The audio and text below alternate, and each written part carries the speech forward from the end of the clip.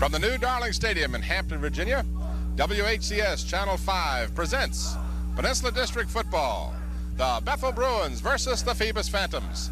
This game videotaped on the 12th of October, 1990. Good evening, everybody. I'm Tim Cole along with Bob Hintz, and welcome to Darling Stadium for the battle between the first place Phoebus Phantoms, 5-0 overall, and the Bethel Bruins, 2-3 overall. And Bob, this game, of course, pits two arch rivals. It should be a good ball game in spite of the records. Anytime you get the two Hampton teams going against each other, you're going to have a good game. What we got here tonight is a good offensive team by the Bruins and not so good defensively. A tremendous defensive team by the Phantoms, which last week they showed not only good defense but great offense by beating a good Hampton team. They are leading the district, and they get what you asked for last week. They weren't getting any respect. They're getting respect now. They're getting respect, and they'll have more than they can handle. They'll be taking on the Bethel Bruins. The Phoebus Phantoms, of course, coming off of that great victory over the previously undefeated and ranked #1 Hampton Crabbers. The Bill D and his team have to guard against a letdown after that big victory. Oh, absolutely, because I know that they were high emotionally, especially after the ball game. And I asked Bill D Thursday, how about the kids? He said, well, Monday they seemed to be just right back to normal, that they were thinking we got another game to go and another game. We're going to play one game at a time. I talked with Kevin Beckner. What a nice kid, a quiet kid. You wouldn't think that he would be that you'd expect him to be a little more emotional, but he's very down to earth, knows he's got a job to do, blue collar type of person, and he did a great job last week. He certainly did, and he'll have to equal that effort tonight if the Phantoms are going to continue their unbeaten ways. Of course, Dennis Kozlowski, the head coach for the Bethel Bruins, has a lot of problems, mainly from injuries. So many of his starters are out hurt. Right, and he's lost 10. But good news is Rodney Bowens is back, that he will play tonight. Now, I don't know how much he will play, but he is a deep threat on the passes. We have seen him run by defensive backs, and we'll see that tonight. Rodney is very quick, and, of course, the key here is if Paul London can have the time to get the ball to him. All right, we're going to go back in time. Bob had a chance to talk to head coach Dennis Kozlowski a little earlier. Let's go back in time now for that interview. Hi, Bob Hintz with Coach Koz, Bethel High School. Coach, I know you've had some injuries. You want to fill me in a little bit, especially about Rodney? Well, the prognosis on Friday night after the ball game was that they had discovered something, and we didn't think he was going to be playing football definitely this week or possibly not ever again. But fortunately, second opinion and reading the x-rays and that, the doctors gave him a green light on Wednesday, so he did get to practice on Wednesday, and we feel it hasn't affected him. So hopefully he'll be back to his usual self tonight. However, the other 10 players that we had out are still out, and that's one of the sad parts about it. But, we're going to try to be as respectable as we can. I thought we were respectable last week, even though we were very inconsistent with the execution of our defense. Plus, we turned the ball over too many times. It's just one of those things. Well, that's the key to any game. If you got to hang on to the ball. You can't give it up to people. Tell me a little bit about what you're going to have to do to beat Phoebus tonight. Well, Phoebus is an excellent ball club. That was demonstrated by the way they manhandled Hampton last week on Saturday night. So what we've got to do, number one, is we've got to stop their awesome running game, and hopefully if we have any degree of success doing that, that would give our offense an opportunity to get in gear. And, of course, they've got a very good defense as well. So defensively, they're tough. So if we can move the ball on them and keep it out of their hands and then, of course, shut them down a few times they have the ball, we think we're going to be in the ball game, and possibly maybe the Phantom will get them tonight. One thing I did want to ask you, a lot of people are saying how well London is doing at quarterback. Here's the young man you've had for 2 years, and now you got him in a position that he really seems to be excelling. Well, he's just an all-around excellent athlete, and I think the key to remember there is that he's a team player, and they're the kind of young men that you really like to have leading a team, and he just stepped into that leadership role this year as a senior, and everyone looks to him, and he does a very good job in leading them both offensively and defensively. And, he's been highly recruited as a defensive back for the last 2 years. And I think for some colleges, he may end up possibly considering and being a very good college quarterback. I think so, too. Well, good luck to you tonight, Coach. Thank you very much. Okay. Of course, Kozlowski has a big task at hand to defeat the Phantoms. They did last year. Bethel won the game last year. Well, and this is what Bill D has got to worry about is here we got a team that we know we're riding high, and it doesn't take one team to knock you down and put you back in your place. you hope that you can keep the momentum going. They've got a good momentum going, but Kaz talked about his players. He's got hurt. He's got, when you have to fill in with people who are backups, and then you look at your depth chart and you don't have any depth chart, it really hurts them. But I expect a great game. Kaz is going to pull some stuff out of the hat. I'm sure he will, and of course Bill D, his coach, his team well coached, and they'll be ready for this game. Let's go back in time right now, and Bob had a chance to talk with Bill D just a little while ago. Bob Hens here with Coach Bill D. Coach, congratulations on an excellent win last week. Well, I appreciate it, Bob. The kids played very well. You know, they played mistake-free football and just came to play, and we were just fortunate enough to win. Well, your whole team did a great job of executing, I thought, but it was tough getting to you after the ball game. I have seen people excited, but you were... Well, I think it was you caught in the overexcitement of the crowd. I think it was just one of those things. We had never beaten them before on the field, and it was a big win for us. We hadn't had a lot of respect going into the football game, and I think that it meant a lot to the football team and the program. Well, there's no doubt about that now you are starting to get respect, and it was something that Tim had alluded to. What are you going to have to do to shut down Paul London and Bethel's offense? Well, I'm not sure you shut them down completely. From what I've seen of him, I've seen them play personally a couple times, and from the films I've seen on him, he's an excellent quarterback and seems to be getting better. He's got a good receiver crew and have moved the ball on everybody. I'm not sure that this might be one of the best offenses we're going to face all year, and so we're very concerned about stopping them. We got to play fundamental football and hopefully get some pressure on them and break to the football. Right. Well, he knows that you are probably going to run the ball more than you're going to pass. So are you expecting a different defense from him, or just? I've seen they ran a bunch of defenses last week. We've played them a number of times and seen quite a few defenses, and we expect to see them play against the run.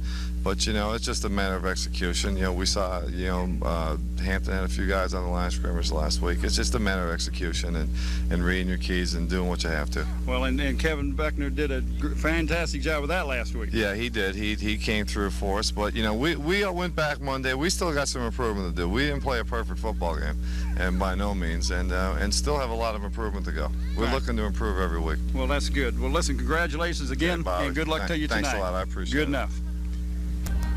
Bill D, of course, very much aware of the importance of the game last week, but he's not losing sight of the fact that his team could be just as easily the victim of an upset. Well, it's true, but his defense have proved themselves all year long. But I think the key to this game is not only Kevin Beckner, who's got to do a good job reading the defenses, but you got Kevin Giles, you got Chris Moore, and you've got Maurice Turner. You got three great running backs for Phoebus. Any one of those kids can get the ball and pick up 5 to 10 yards at a clip. If they do that, it's going to be a long night for the Bruins. All right, it's going to be a good one. We'll be back with the start of tonight's game, but let's take a brief timeout.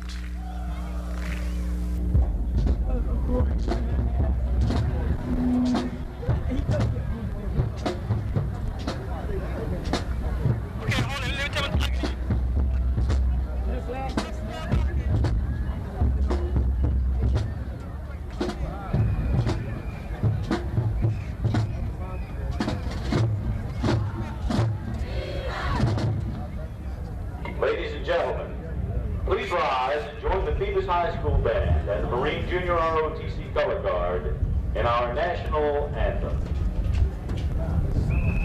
Come with it.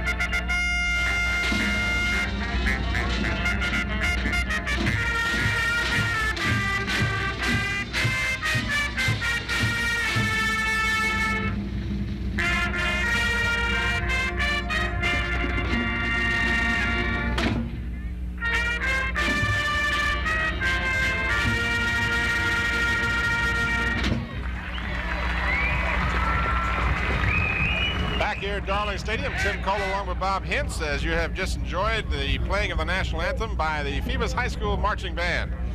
And the two teams have, as of yet, not arrived on the field for tonight's game, but we should be expecting them momentarily. And do remind you that we have 4 12-minute quarters in high school football. There are some other rule differences that we will hopefully get straight along the way. We do have some trouble on time to time. Some of our college and our pro rules intertwine with our high school rules, but we're working on it. We do the best we can. Sometimes we will miss them because it's easy.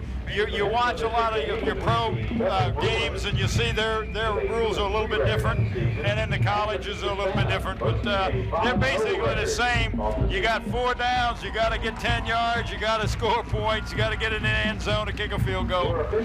I think the probably the one rule is we're looking at the men in stripes. Will give you their names. Mike Robinson is the referee, Bill Bullock the umpire, Bob Thompson is the linesman, Larry Turlington the line judge, James Young the back judge, and John Wallace is the timekeeper. The officials do a very fine job. Mike Robinson and his crew, as a matter of fact, is a crew that we continue to see here at Darling Stadium.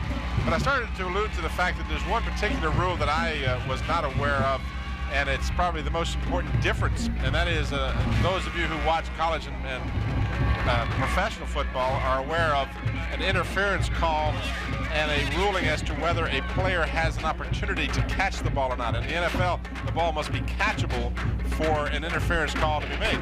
That's not so in high school. Yeah. You make illegal contact with an intended receiver or a defender. If it's the offensive player who makes that illegal contact, it doesn't matter whether the ball is catchable or not. It is, in fact, a interference call.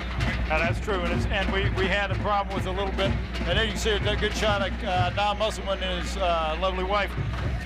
What we had before, a lot of people saw, huh? Who is Don Musselman? For You those don't know who Don Musselman is? Oh, okay. Superintendent of the Hampton Schools. Oh. Everybody knows Dr. Don, right? The boss. Right. But, you know, when another team lines up in the neutral zone, it crosses the line of scrimmage too soon. We used to call it offside. Now it's encroachment. And but it's semantics. Regardless, it's a penalty and it's a 5 yards against the offending team. As we mentioned in the pregame show, the Phoebus Phantoms, of course, are enjoying the lofty roost of first place in the Peninsula District. They are 5-0, and they are atop the Peninsula District solely at this point in time. Now, of course, there is a log jam at other positions in the top of the Peninsula District, and I'll very quickly make you aware of the standings as of this evening, Friday the 12th of October. Phoebus is 4-0 in the district. Then there's a 3-way tie for second between Hampton, Kickintan, and Warwick. And I emphasize the fact that Phoebus will be tangling with both Kickintan and Warwick in the coming weeks. So this is going to be a very difficult road ahead for the Phoebus Phantoms. They've already defeated Hampton, obviously. They have Kickintan and Warwick, the teams that are tied with Hampton for second place with 3-1 records. Ferguson and Bethel now come in at 2-2 along with Denby. There's a 3-way tie for third place. Then Lafayette is 1-3, and Menchville and Gloucester are tied for last 0-4 in the Peninsula District. But the teams that have impressed me the most are the Hampton teams. Hampton, Phoebus, Kickintan, and Bethel. This Bethel team, we mentioned this last week, were not for a 1-point loss to Norview and a 4-point loss to Denby. Coming into last week's game against Kickintan, they would have been 4-0. Well, let's not even talk about what they could have been. What can end up the rest of the season is, see, Bethel is a Division 5. If they could beat Phoebus and end up beating Warwick, they could go to the playoffs regardless of the team, because they will have a better record against Division 5 teams. And that's very important. So, you know, don't count this crew out. We saw Coach Gonzalez come out last week. They were down a lot of points. They had to kick off, did an onside kick, got the ball, went down and scored. So, you know, he's got a lot of tricks that he's not afraid to use, and they'll put the ball. We'll see a lot of balls in the air tonight, especially from the Bethel group. In spite of Phoebus's success this year, the Bethel Bruins hold the edge in the series record between these two teams. Bethel having won 10, 3 were victorious for Phoebus, and it was 1 tie. Last year, these Bethel Bruins defeated Phoebus 20-14 here at Darling Stadium. So when these two teams play, almost anything can happen. And as we said before, Bethel's not asking for any concessions or anything else. They'll go out today and play as good a football game as they can in spite of their number of injuries to key players. Coach Kozlowski is not the type of guy that would sit around and say, well, we're just not going to do well because we're hurt. No, he's a very competitive man by nature anyway, but you'll notice that when you see the captains go on the field, all the Phoebus seniors are behind them because this is the Phoebus homecoming tonight, so all the seniors are going to go out with the captains. I'll let you talk about the captains. Well, I won't mention all the Phoebus captains. I will mention the tri-captains. That's good, fellas. Let's stop right here. Well, let's listen up right now to Mike Robinson as he introduces the players. Number 1, Chad Hopkins. Number 33, Kevin Giles. And number 22, Giles, Captain Turner. You got to shake hands. also honorary captain for the Phantoms all season on the squad. Here's going to be your umpire, fellas. He'll be inside watching the blocking inside. Back over behind Phoebus. This is Mr. Turner.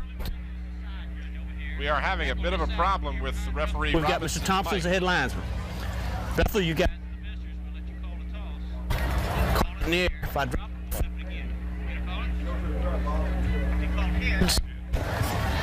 it's a toss. Phoebus, you won the toss. Kick, receive. Second half. You want to see the ball. Which goal? Okay, turn your backs to that goal if you would. All right, Phoebus won the toss, and they're going to receive on this end. Have a good game, fellas. And again, we want to thank Mike Robinson for allowing us to put a mic on him. We're having some difficulties, and we apologize for that. Hopefully we'll get those cleared up. But I was going to tell you that the tri-captains for the Phantoms were Hopkins, number 1, 22 was Maurice Turner, and 33 was Kevin Giles. Representing the Bethel Bruins, number 15, Paul London, and I believe the other one was 33, Marcus Muskelly. Right. So we have seen the toss of the coin, and the Phoebus Phantoms will receive to start the ball game. The weather tonight is a muggy evening. Temperature in the upper 70s, mid 70s. Not a particularly cool evening, and there has been rain on and off this afternoon. But at this time, the rain is not coming down. So hopefully we'll get this game in before the weather gets any worse. We are, of course, expecting some inclement weather as a result of Hurricane Lily. But that may not materialize either. That will not affect this game in any event. No, if it's going to affect anybody, it's going to be tomorrow's game. We're going to get most of the rain tomorrow, I'm pretty sure. But the field's in great condition. Larry Malloy and his group have just done an excellent job. Always do. You understand it, there's 2 games every weekend that's played at this field, and you look out there and you walk out there and it's in great shape. Bethel Bruins are, of course, the visitors for this game. Hey, a familiar face in the booth here. Yeah, and he's got his cohort Chance with him. Well, a very pleasant surprise. Yes, it is. Good to see him. Those of you that have followed our football and basketball coverage over the years, of course, AJ has retired, at least temporarily, from our crew, but we hope to have him back at some point in time. This is Thomas Bailey returning the kickoff, finally down at the 35-yard line. Return that ball from the 2, so a 33-yard return. That was a fine run back. He picked up some good blocking and broke a couple of tackles. Thomas Bailey, of course, we'll watch it again. Bailey was the quarterback to start the season for the Phantoms and has been doing a fine job on defense. Had a fumble recovery and an interception last week in that big victory over Hampton. Well, you can see right there he's breaking 2 or 3 tackles on that run. Nice run. 32-yard return. They mark it at the 34-yard line, and Chris Moore gets the initial carry of the ball game for the Phantoms. He crosses the 35 to about the 36-yard line. I'm sorry to say that the Bruins, of course, are in the white uniforms. Here's your offense for Phoebus. Center is Selby. The guards, whoops, a little bit quick on me, fella. Bring it back. Thank you. Selby is the center. Jamerson and Little are the guards. That's Jamerson, rather. Howard and Shields, the tackles. Tight end is Bontemps. The split end is Barrett. Quarterback is Beckner. The backs are Turner, Giles, and Moore. This is Mr. Giles. Check that. Kevin Beckner, the quarterback. Well, that's the one thing that's going to hurt Bethel is if you get outside on them. We'll show the Bethel defense. Bethel's playing a 7-man line. They got a nose. The nose is Harper. The guards are Epperle and Gaskell. The tackles are Woods and Hargrove. The ends are Kay Hargrove and Combs. The linebackers Gardner and Sims. The halfbacks Iverson and London. So they're going to have 7 men on the line of scrimmage, bring up their linebackers, bring like a 9-man line. But if you get outside, you can get hurt. And here we'll see that getting outside, we got another hurt player, and I know Coach Kaz can't understand that, and he is hot because he thinks the man may have gotten clipped. We'll see it on the replay. Watch 54. He's right to the right of the screen there. He's going to try and tackle Beckner right here. That's the man who's down injured. Now let's see if he makes contact with anybody. No, he just simply. Oh, he turned his back. There you see him twisting as they hit the ground. So he was not. He actually tripped over his own man, I believe is what happened. What I'm trying to say was he was not fouled by a member of the other team, or at least it certainly didn't appear that he was. And hopefully he is only momentarily shaken up. I tell you, one of the most important players or members of the Bethel squad has been Frank Brown. He has spent more time on the field this year than he did when he was playing over. I'm kidding, of course, but he has been a busy young man.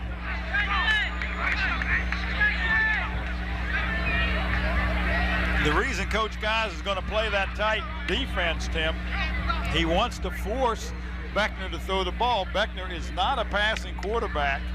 He runs the wishbone real well. He reads well. What they're going to do is they're going to say, we're going to try to stop you at the sideline, at the line of scrimmage, or make you pass the ball. Now let's watch this again if we can see what happened, and we're happy to see that Andre Hargrove is up and moving on his own. He just got twisted around when he and his teammate went to make the tackle. That was Rodney Bowens, who was shaken up last week. So everybody seems to be okay, and we're happy for that. Beckner keeps the football, turns it upfield. He's got another first down. So the Phantoms have found the running attack to work initially here. They pick up another first down. Well, that's one of the weak spots in that defense is that you've got the middle plugged up, but they're giving them the outside, it looks like, and Beckner did a great job, as you can see on the replay, of faking the dive to Moore and then keeping the ball and just breaking off. And if he could have cut to the left, he could pick up some blocking, and he would have been gone. 39-yard line is where they mark it. Another first down for the Phantoms. Beckner fakes to Moore, and again he's got Maurice Turner trailing, but Beckner himself will pick up yet another first down. And it appears we have a late flag down. It looks like somebody's not picking up. Somebody's got to be picking up the quarterback. Nobody is picking up the quarterback, and that's going to make Kaz a little unhappy on that sideline. He's going to have to make some adjustments.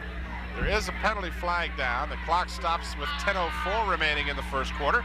Just underway from Darling Stadium. This game between the Bethel Bruins. No flag, an inadvertent penalty flag. So the officials were able to discuss it and found out that there was no penalty. Just watch the play again.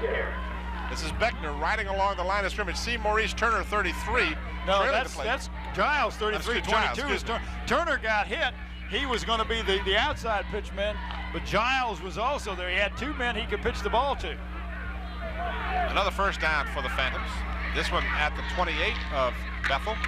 Chris Moore gets the call straight up the middle to the 25-yard line. Clock continues to move here inside of 10 minutes. Well, when Phoebus has got the ball, the clock will move because they're not going to throw the ball up in the air and get an incompleted pass and stop the clock. You will see the ball, the clock move rapidly when the Phantoms have the ball. The Phantoms threw the ball just once last week against the Hampton Grabbers and almost had that ball intercepted. Second down and about 6. And the ball is popped in the air and it's intercepted. That is Kendall Hargrove. Wow, what a big break for Bethel last week against Hampton. The Phantoms turned the ball over 0 times. Tonight, they tried a pass, which very surprised me. I did not think I'd see a pass because they're moving the ball too well on the ground. Well, I guess just to keep the defense honest, and here you see the offense Sledge is the center. The guards are Gardner and Gaskell. Woods and Harper are the tackles. Ends are Anderson and Weaver. The quarterback, London. Fullback is Harney, Muscale, and Iverson round out the backfield. This is London. He wants to pass. He throws through the hands of Rodney Bowen, and we're more than happy to see Mr. Bowen back on the field of play after he was taken off the field with 59 seconds remaining in the halftime last week, and it looked very serious. Go ahead, Bob. Well, I was going to come up with the Phoebus defense, and there we go. We have the nose guard is Howard, the tackles are Bontemps and Jamerson, the ends are Barrett and Turner, the linebackers is B. Barrett and Giles, cornerbacks Bailey and Chapman, the free safety is Beckner, and the strong safety is Hopkins.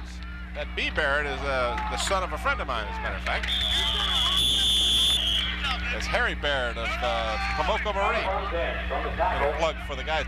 Pomoko group. They're the people going to be doing that half marathon. There you go. We're going to talk about you are going to run in that, right? What a segue. Yeah, I'm going to run in that. I'm going to run for my life. Hey, the only way I'd run in it, they'd have to put a whole lot of hot sausages in me. 24-yard line is where they mark the ball. It's third down and let's call it 8, long 8 for the Bruins. Paul London fakes, throws, and again, Bowen was the intended receiver, but the ball was off the mark. And we'll probably look at the punting team come on for the Bruins, and they will be led by Michael Taylor, who averages almost 40 yards a kick. So Paul London, I'm sorry. Go ahead. I was just looking at London's, both of his, those two passes to Bruins was open. The first one went through his hands. The second one was just off the mark. They're gonna move the ball if they can connect on their passes. It looks like London is hurrying a little bit. London is the leading passer in the Peninsula District, and we've got movement now. Whether they were pulled off or whether they jumped off will be the question. Coming into this game, Paul London had a little more than 128 yards a game passing to lead the Peninsula District. Well, again, we apologize. Mike Robinson's microphone is much like myself. It's just kind of working part-time today. Well, that's encroachment, but that moves it 5 yards further for Mike Taylor, who is an excellent punter. As you said, he's averaging over 40 yards a punt. Thomas Bailey is the lone deep man for the Phantoms. Bruins perhaps trying to get a first down out of this. They got contact and a flag down. Bailey fields it at the 33-yard line, trying to get to the near sideline, and he's going to run out of bounds. The discretion better part of valor on that play. There were at least six white-clad Bruins bearing down on him. And we got another Bruin down, number 55. Looks like he's hurt. And I know Coach Kaz has got to feel like he's snake bit. That's Kelly Gardner. Kelly Gardner, yeah. But we did have contact with the punter, Taylor. Well, when you teach the defensive team, when they're rushing the punter, you tell them you don't go for the punter, you go for where the ball will come off his foot. And you try not to make contact. Well, in that case, they were going for we're not going for the ball. You can see the ball is way out, and they continue in and hit the punter, and you can't do that. He is on one leg, and he's very precarious there, and it's a rule to protect the punter, and it's a good rule. Even the slightest contact will generally get that flag thrown, and that's what happened this time. Not a flagrant case, but all you have to do is make contact. Had you gotten a hold of that ball at all, then of course the contact is legal. He's fair game. He being the kicker. If you hit the ball, you can wipe the kicker out, but you got to hit the ball. There you see Kelly Gardner still being attended to on the field of play, and of course until he is removed from the field, we will not have the additional play. Let's run down, if we may, Bob, the coaches for both of these teams.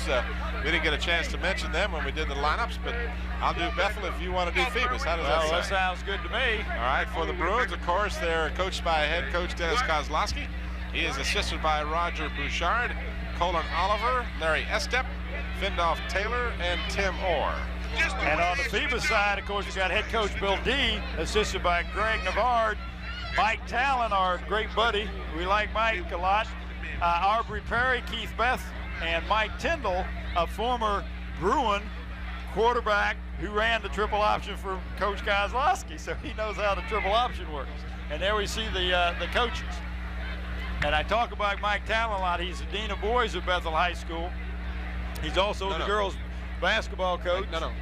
Phoebus High School. What did I say? That's where I was. At Phoebus High School. He's also the girls' basketball coach. And I kid him, I says, and you also catch car thieves in your spare time.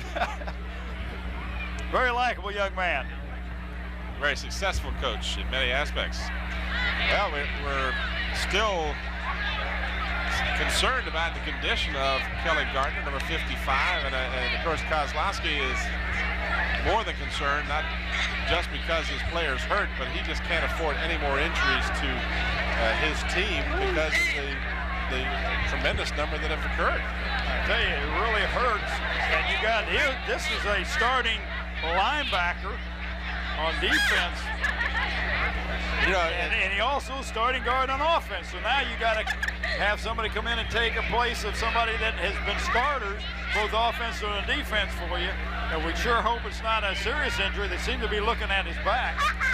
And of course, you know that the safety and the health of the players is the first concern of the coaches and the officials. So let's watch it again. We will not do anything until we make sure this young man is fine. And I do see him getting up with help. And we watch it on replay. I don't know if we can see what happened. This is the roughing the kicker, but the ball comes down and Bailey gets the ball, but as you said, he ran out of bounds because there was just about 6 Bruins around him. Let's see if we can pick up 55 in the picture. I don't think he's going to come into our picture because Bailey actually heads out of bounds before he can take a hit. So we didn't pick it up, but he is walking off the field. That's a good sign. Yes, it is. So 8:14 remains here in the first quarter. This game played on the 12th of October, 1990. I'm Tim Cole along with Bob Hintz and our illustrious crew at Darling Stadium. A humid, warm evening, but the play of field, of course, is in good shape right now, and hopefully we will not have any rain. Well, and the field is real damp. When I walked out on it, there was not a lot of moisture on. We got quite a bit of rain out of my place, which I guess I'm about 4 or 5 miles from out in the Buckrow section. But it's kind of dry, so I'm surprised that they're not catching the ball. It may be that Phoebus is putting a little bit of pressure on London a little quicker. He will roll out to take some of that pressure off of him. It's a first down for the Bruins on the roughing the kicker penalty. And they get back to the line of scrimmage, and that's all. Carrying the ball for the Bruins, number 43 is Steve Rimpsey. I was trying to get your depth chart here, Bob, to see if I could find out. See, Gardner, they don't even have a player listed behind Gardner on defense. And then on offense, Gardner is all alone there too. So they don't have, well, that doesn't mean there aren't people to replace him, obviously, but that's a big loss if he can't return to the game. Paul London pitches at the last second to Rimpsey. He's got a little running room, and he gets out of bounds at the Phoebus 44-yard line, which will be a first down. Did a good job. London held on to that ball until the last possible second, pitched it as he was going down. Rimpsey did a good job of getting outside. We can watch it on the replay. And they're pulling a guard from the offside. You'll see the guard pull, fake to the fullback to the right side and come on a reverse pitch. And London is going down, and he actually tripped and pitched the ball to Rimpsey. What a nice play by Paul London. Back to the live action. Pickup of about 3 on the play. They marked the ball just shy of the 41-yard line. As I said before, and I don't want to repeat myself too often, but I'm very happy to see Rodney Bowen back on the field of play after he suffered what could have been a very serious injury last week. They took him off on in the stretcher. We were really concerned. And they attended to him for a long time, so we're happy to see him back walking, let alone playing football. Deep in the corner, this is Bowen, who was open, but he couldn't get to the football. He was being covered very well by number 1 over there, that's Chad Hopkins. And and London threw it away more or less. If he couldn't get it to Bowens, nobody else was going to get it. Well, Bowens was breaking inside, and the ball went to his outside shoulder, and he had to turn around, as you can see on the replay. I thought maybe he might have got tangled up a little bit with the Phoebus player, but obviously there was no call. 3rd down and about 7. London keeps and does not get the first down, and the late flag is thrown into the pile. Well, that was number 52. Has been doing a good job, and that's Bryce Barrett. Did a great job beating Paul London at the line of scrimmage, but I didn't see the flag. Flag is going to go against the Phantoms, so if this is in fact against them, this will be the 2nd first down that the Bruins will have picked up via the penalty flag. And that's 3 major mistakes. Roughing a kicker, intercepted pass, and now another big 15-yarder.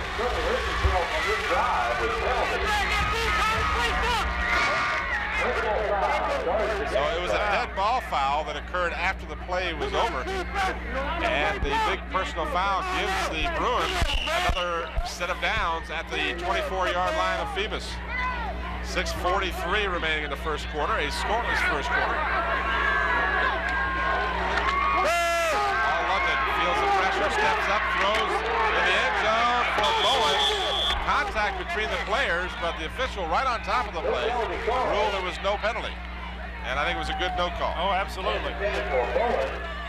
But London had a lot of pressure that time, really didn't get a chance to set up and take it and look and let his pass routes get to the point where he can get to him. You can see the pressure coming up the middle, and then he throws it, and it's a real wobbly pass because he was almost hit as he threw the ball. In fact, he could not follow through. That's why the pass fell short. London connecting on about 48% of his passes. He keeps and gets a couple of yards. London had 45 out of 93 with 2 interceptions coming into this game for 641 yards. By the way, I want to take this opportunity to thank our good friends at the Daily Press for all of their assistance in the compiling of our statistics. Mike Keach, Sonny Dirth, Terry Armour, and others, and we do truly appreciate their efforts to help our broadcast. And guess who was on the tackle again? Bryce Barrett was again on the tackle. 3rd down and 8. London throws, completes the pass to Iverson, and that'll be close to first down. It will be a first down. I tell you, that Iverson has impressed us every time we've seen him. It's the 3rd time we've seen him, and he was one of the recipients of our Player of the Game award, and we give him a plaque. And as you can see on the replay, but the plaque is donated to us from DC Engraving, which is a sample of metal photo. DC Engraving is located at York Village Shopping Center on Route 17 in Grafton. And it's really a nice plaque. You really need to see it. We've got some shots we'll show you of it. We also give them a shirt very similar to the shirts that our staff wears. And this, of course, was donated by Turner's Hardware and Sports Place, which has 3 locations. One of them is Willow Oak Shopping Center. The other 2 locations to serve you, one in Denby Hardware and Sporting Goods located in Denby Square. And the newest store, of course, is the Sports Place located in the shops at Hampton Harbor next to Hampton University. And we really appreciate these 2 sponsors helping us recognize the player of the game. And Paul London was the last time we did this ball game. Paul London was the recipient for the Bruins, and the last time we did the Phoebus team, Kevin Beckner was the recipient for Phoebus. So we're really feel proud to be able to recognize individual efforts, and that does not detract from any of the other ball players. As you said many times, this is not a scientific thing. No, it's just kind of a little thing we do to honor particular players, but certainly it's not to ever slight anyone else. And, well, I got something I want to say to the fans out there, and we'll get to it a little later on, but it's one way that we can recognize some of our fans. First down at the 14-yard line for the Bruins. Penalties have hurt the Phantoms to this point. The pass goes incomplete, as London has been off the target. He really hasn't thrown the ball well yet, but 2 penalties and the turnover by the Phantoms have certainly aided this this particular drive. Watch the replay, and again, I don't think it's London is so much off the target as he is just not getting a chance. Now, he has more time here to pass than any time he's had so far, and that was a little bit off the target. Give some credit to the Phoebus defenders as well. We've got... Well, he went down on his knee to pick up the ball, Tim, which means he was down. There was a miscue from the center. I was going to say that if you'd given me a chance. I didn't get a chance. Oh, I quick tonight. But that's exactly what happened. The snap from center was fumbled, and now Bethel calls a timeout. Well, while we got a timeout, let me go and expand a little bit on what I was talking about. It looks like Turner Sports Place is going to donate a stadium seat that we're going to be able to give to one of our listeners. And what we would like, of course, is for the listeners to drop us a card in the mail to the Hampton School System on Nickerson Boulevard, 23664, and in care of Dr. Sam Still. And what we'll do is the last game of the season, we will pull one of those cards out and give the stadium seat to one of our listeners. So if you are a listener, let us know. Send us a postcard. So what do? They fill it out and just address it to Stadium Seat Contest? Is that what they're going to do? Yeah, well, just send it to us and tell us they watched the game, and any comments they've got. It's 1819 Nickerson Boulevard, Hampton, Virginia, 2366. Is that 3 on the end of that? Yeah, that's 3. 23663. My arms aren't long enough. All right, it's 3rd down and 11 for the Bruins. London again has time, throws in the corner for Bowen, and Bowen was very well covered by Tom Bailey. So, you know, let's give credit to, as I said a moment ago, let's give credit to this Phoebus defense because they have really covered the intended receivers very well. They really have. Now, we watched Bethel get down inside the 15-yard line 3 times against Kickingham and come away with nothing. One time the field goal was blocked, another time the young man kicked it and hit the upright, and the next time they just didn't get it in. So let's see if Bethel can't be a little better and come away with at least 3 points. Michael Banks, and we've got Tom Bailey offsides or encroachment, whatever you want to call it. He came across the line of scrimmage a little early, so this will move the ball closer. It will not give the Bruins a first down, but it certainly will move them closer. Well, even if they got another penalty, it would not give them a first down because it was 4th and 11. So we did have encroachment. Tom Bailey was saying, I'm gonna block that kick. And he very well may, but he's got to wait until the ball snapped. You're right. Again, the try is up, and it's no good, wide to the left. So Marcus Banks, the Phantoms dodged the bullet that time.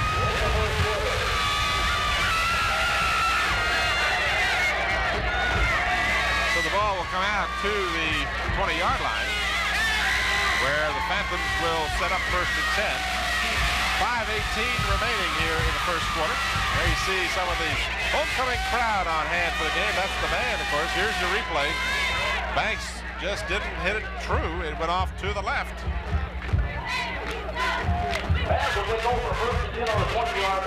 So the Bruins had a good opportunity but failed to score, and the Phantoms now will start from their 20.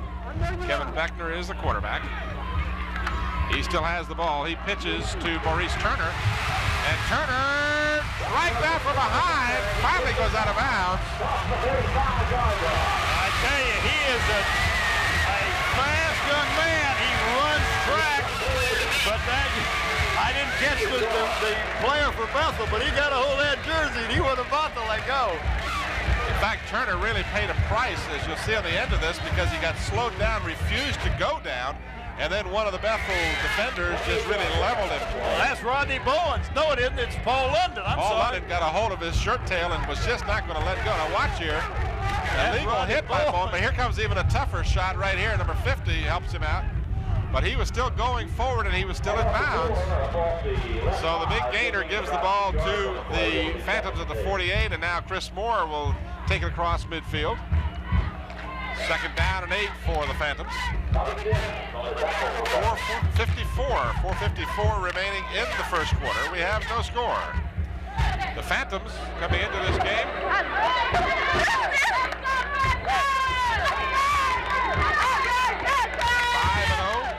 have given up just 4.2 points per game through the first 5 games of the season, while averaging more than 20.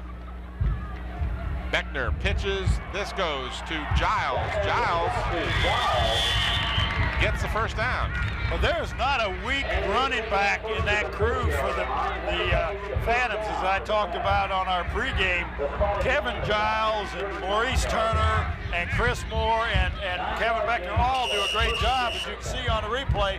Nice pitch to Turner. I'm sorry, to Giles. And again, you got a quarterback, number 15, Paul London, is making the bulk of your tackles. That's not really what you want him to do, but he's the last defender on that side. First down at the Bethel 42. We've got movement and contact, flags all over the place. Well, we had 2 people moving, and I'm not sure which one moved first. I believe it was the Bethel player that may have jumped off sides or had encroachment, whatever you want to call it.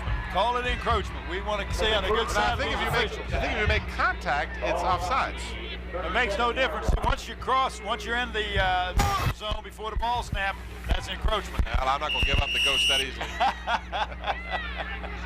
Here's your replay. Here is no replay. No, we're back to the live action here. There's some healthy young men on that Phoebus line. Round camera. Giles again on the carry. That's just a straight dive play. You know, to the credit of this offensive line that I lauded last week, and they rightly deserved it, the Phoebus Phantoms don't go backwards very often. Their offensive line last week never lost a yard on a running play against a fine Hampton defense. Well, you're talking about Selby, Jamison, Little, Howard, and Shields. And the tight end, both temps, they do just a tremendous job of opening up holes.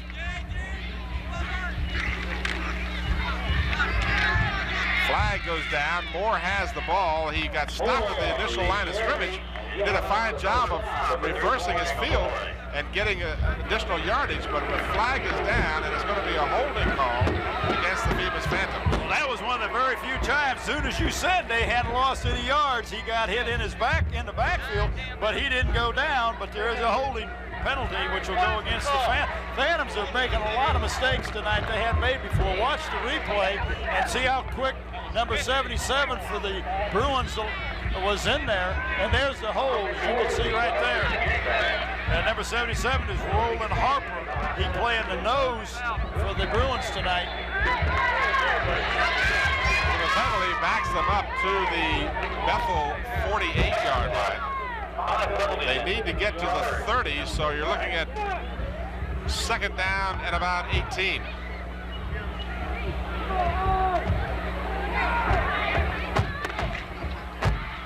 Beckner pitches the ball. This is Turner. Turner gets the first down, and another flag goes down.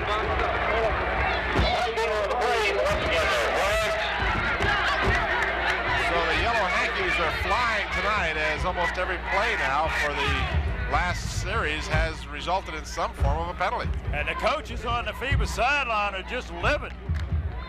On the Phoebus side, they just can't believe the call. Well, they're discussing this with Phoebus, so it's possible that this one will go against the Bruins. And that's what it's going to be. Yes, and I'm sure Phoebus is saying about time. And it's a holding. Well, either that or actually could have been an illegal block, too. Or illegal use of the hands or something. In any event, it will result in a penalty against the Bruins and a first down. There you see Coach Bill D from Phoebus High School. Boy, has he made a success out of this Phoebus program.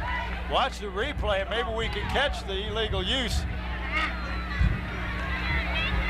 No, couldn't see it. It was behind the that run. Beckner keeping the football. He's inside the 15, down to about the 12. Pickup of about 7 or 8. And Bobby Sims, a linebacker, in on the tackle for the Bruins. He is a hard young man to bring down. You can't bring him down at one tackler. He gets hit and bounces like Chris Moore does. All of those backs are hard to bring down. Pickup of a long 8, let's call it 8, with 2nd down and 2 for the Phantoms.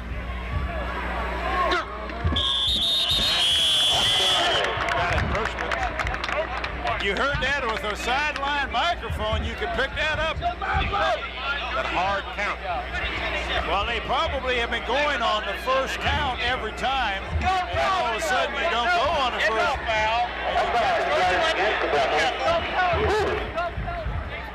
So the mark-off will give the Phantoms a first down. In fact, it will be 1st and goal.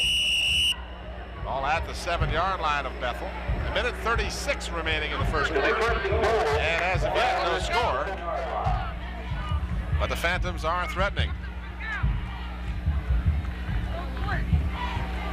Kevin Beckner over the center. Inside handoff to Chris Moore. He's down to about the 5. And again, right on the bottom of that pile is Harper and Sims. And both of them have been doing a great job for the Bruins tonight. 2nd down, 5 yards to Vader. Chris Moore averages 3.8 yards per carry coming into this game. 44 times he's carried the Big Skin for 166 yards. 2nd and goal. And it's a touchdown. Kevin Beckner goes in from 5 yards out.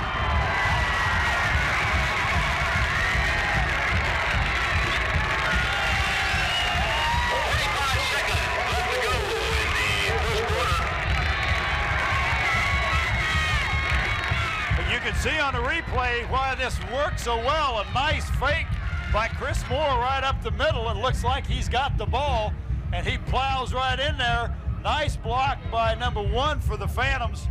That's Hopkins, Chad Hopkins, and waltzing in the end zone is Kevin Beckner.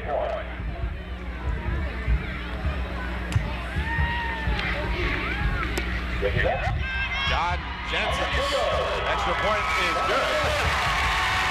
So the Phoebus Phantoms score first on a 5-yard run by Kevin Beckner, who once again is executing that option just to perfection.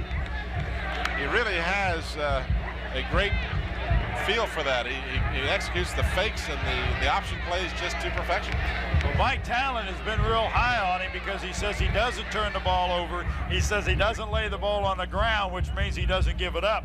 He went to a camp this summer that featured the triple option, and they've got a good helper in Mike Tyndall, who ran the triple option while he was at Bethel High School. So this young man is evidently a quick learner, Kevin Beckner. That is his 3rd touchdown of the season for Mr. Beckner.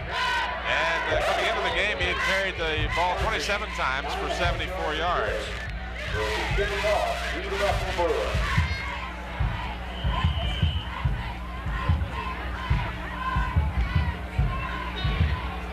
Jensen kicks the ball, taken at the 8-yard line. This is Rodney Bowen. Bowen breaks the tackle. He's got some running room. One man to beat. Jensen misses him. And finally the pursuit catches up, but not before the Bruins get all the way into the 45-yard line of Phoebus. Well, he put his head down and went through a crowd of people, and nobody got him. What a gutsy player. That's the young man that was having problems with his neck last week. What a nice run back. Watch this thing on replay, and you see it looks like he's going to be stopped at about the 30-yard line, and he right there just goes through people, and now he's trying to find a way to get through. And if he didn't have to slow down, he could have made it, but he had to slow down. 48-yard return. This is Ripsey, and Ripsey does not get back to the line of scrimmage. A fine defensive effort by number 87 for the Phantoms, and that would be Botemps. Botemps. And that should be the end of the quarter, Tim. That's exactly what it is. 12 minutes have been played.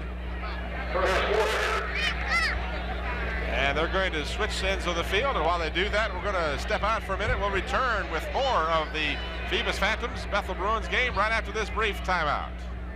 He doesn't remember anything. He doesn't remember nothing. Second quarter just about set to get underway. There you see some of the crowd on hand for the game between the Phantoms of Phoebus, homecoming for Phoebus, and the Bethel Bruins. So they've got quite a crowd here tonight. They being the Phantoms. Not a great deal of number of people from the Bethel side of the field, however. Paul London's pass almost picked off as the intended receiver downfield was number 26, Kevin Weaver.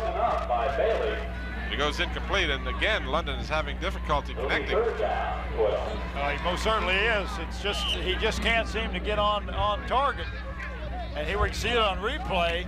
He drops back. He's got decent time, but the ball is almost picked off. Tom Bailey does a good job of that defensive back. Picked off a pass last week, Bailey did. Turner, or excuse me, not Turner, but rather...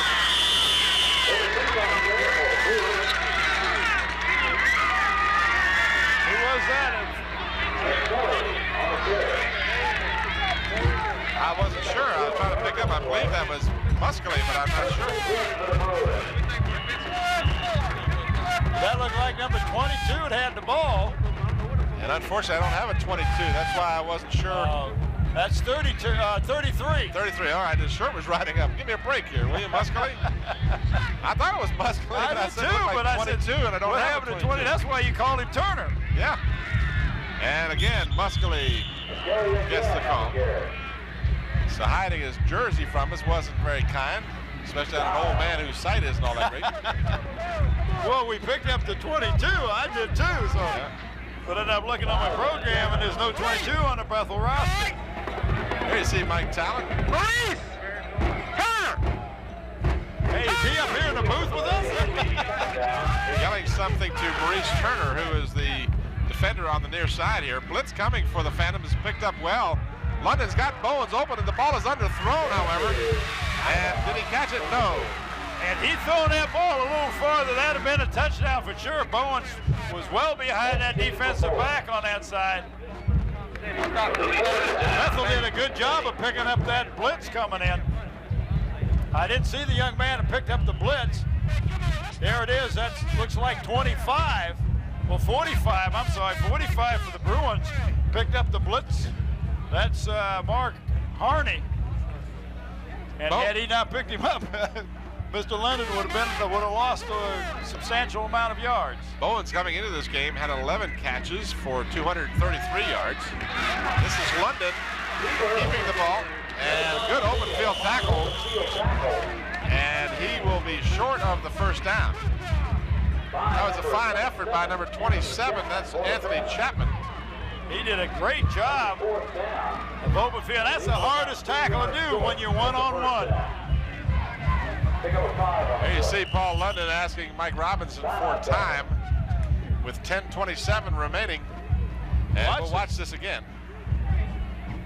You see London, he really didn't try and fake him out very much. Kind of a stutter step here, but a good shoulder tackle. London went down like a tall timber. That was a good tackle. Very good. Let me try this thing one more time. Right, maybe if we can get Scotty to superimpose the address for us. But send your cards and letters to Dr. Sam Still at 1819 Nickerson Boulevard. There you see it. In Hampton, Virginia, 23663.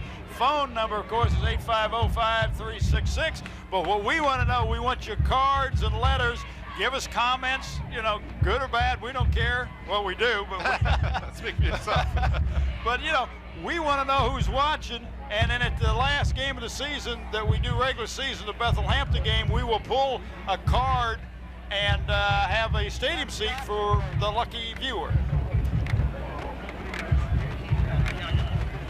So here's a replay of that again. The fake to Muscally.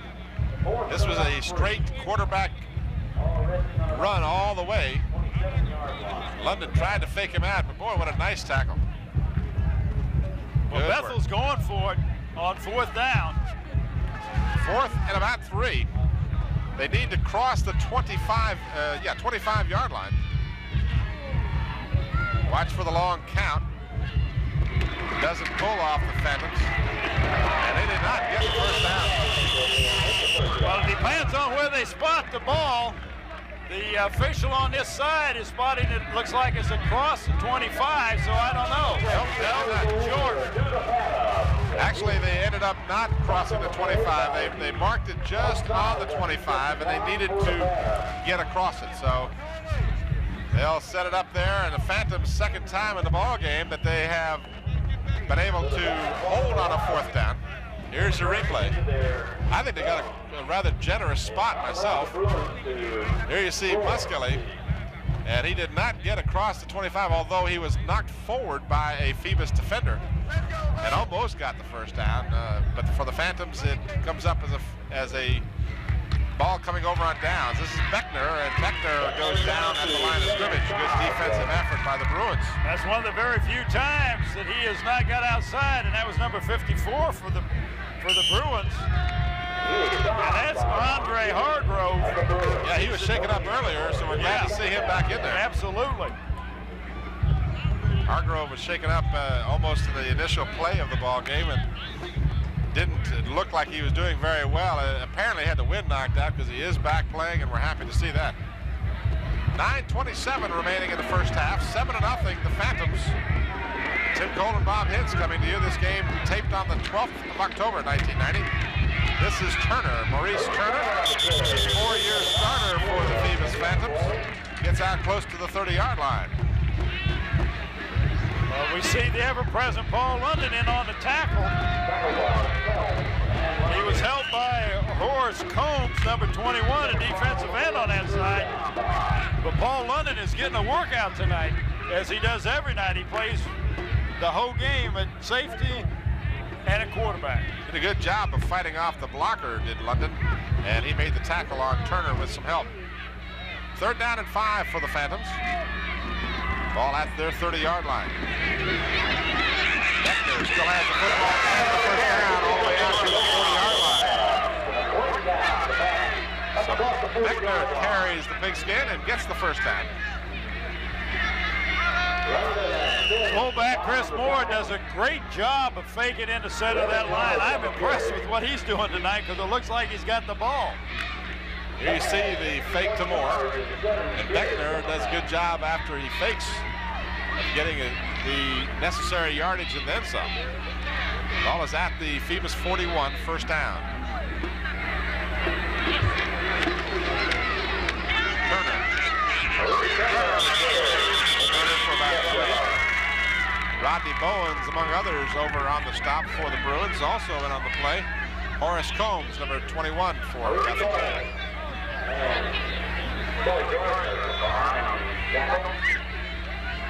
Looking through my stats here, this Allen Iverson, who we've been very impressed with, just as freshman. Of course, he plays the other corner for the Bruins.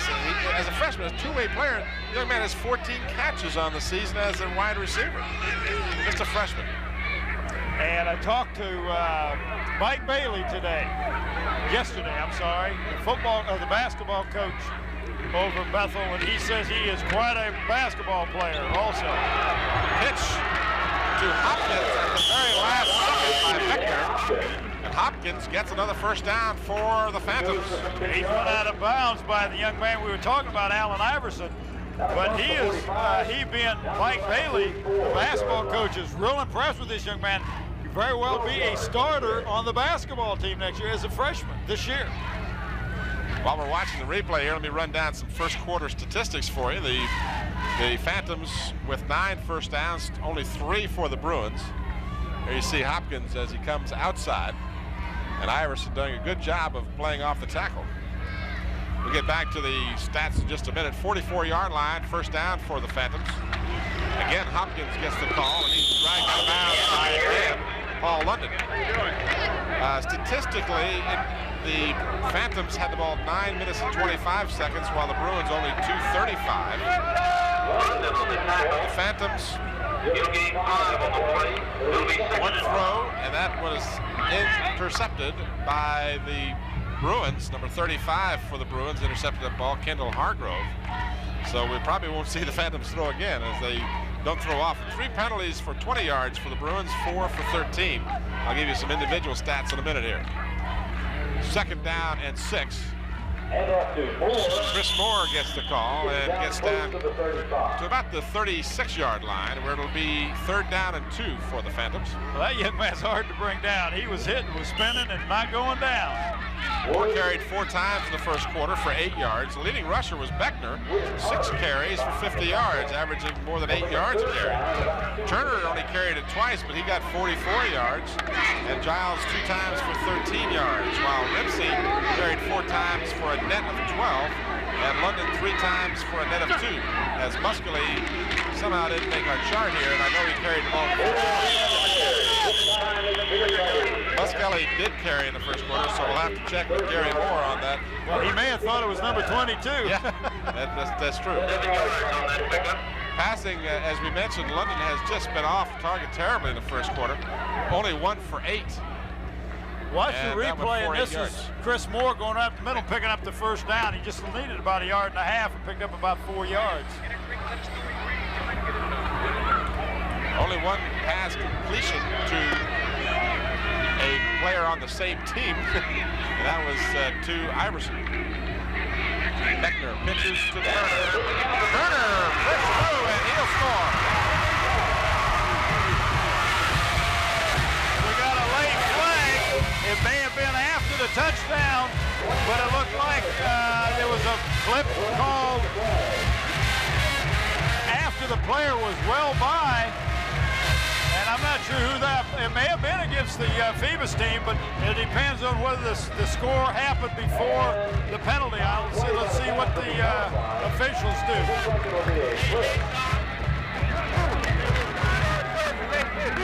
Well, it's going to bring back the touchdown. A fine effort, a 29-yard run by Maurice Turner will be wiped out by the penalty.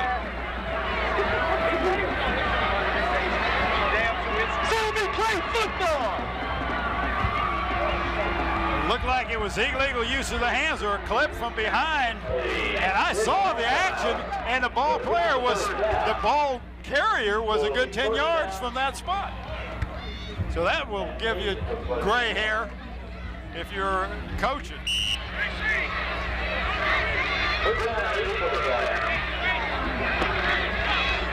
So the penalty from the point of the infraction brings the ball back to the 27-yard line. It's 1st down and 8.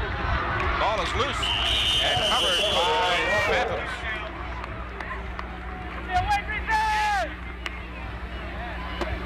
Ball was recovered by Maurice Turner, 22. And look, I'm not sure who the ball. I thought Chris Moore may have had the ball, and that was he was hit. And the ball squirted out. I don't know if we've got that on play or not, but that was a heads-up play by Maurice Turner. Well, they end up gaining yardage on the play. It'll be 2nd down now and 5.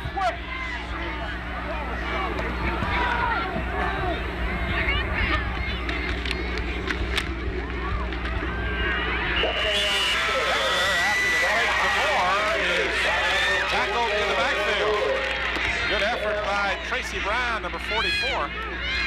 Tracy Brown is not a starter. He's one of the young men coming off the bench helping Coach Kaz. He needs more effort.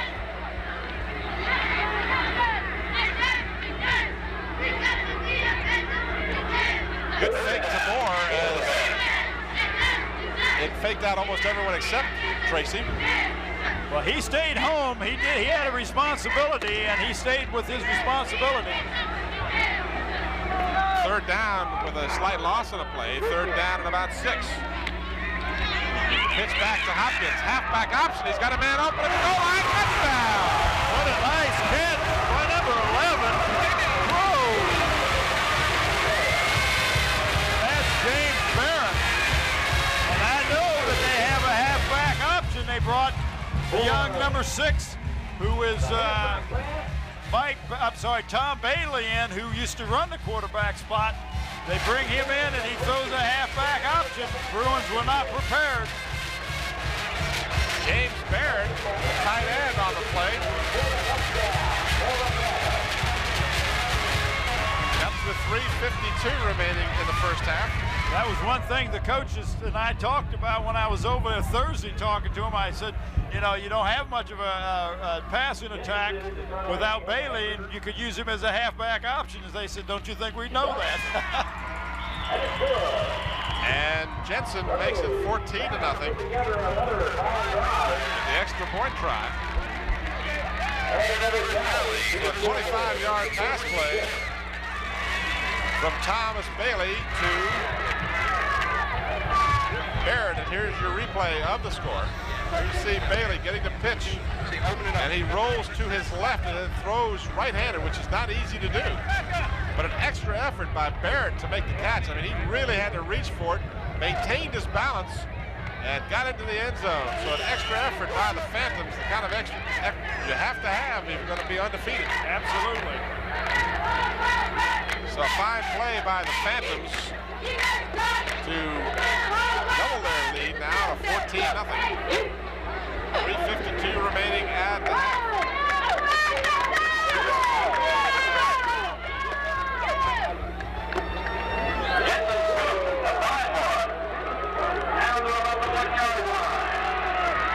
This is Iverson.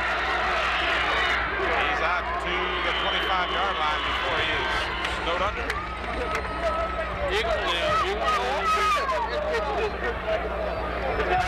That's the first touchdown of the season by young Mr. James Barrett. In fact, I'm trying to find out if that's in fact even his first catch of the season. Well, they don't throw the ball much. The only time they threw the ball was when Bailey, for the most part, was when Bailey was quarterbacking. So you're not going to find many receptions on the Phantom side, I'm sure. That's only the second catch of the season for Barrett. We got another penalty.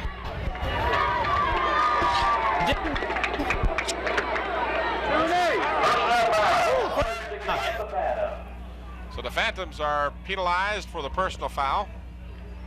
And the ball is moved all the way out to the 40-yard line, where the Bruins will take over, trailing by 14-0. Well, I don't know how many yards they've been penalized, but it's been a hunk.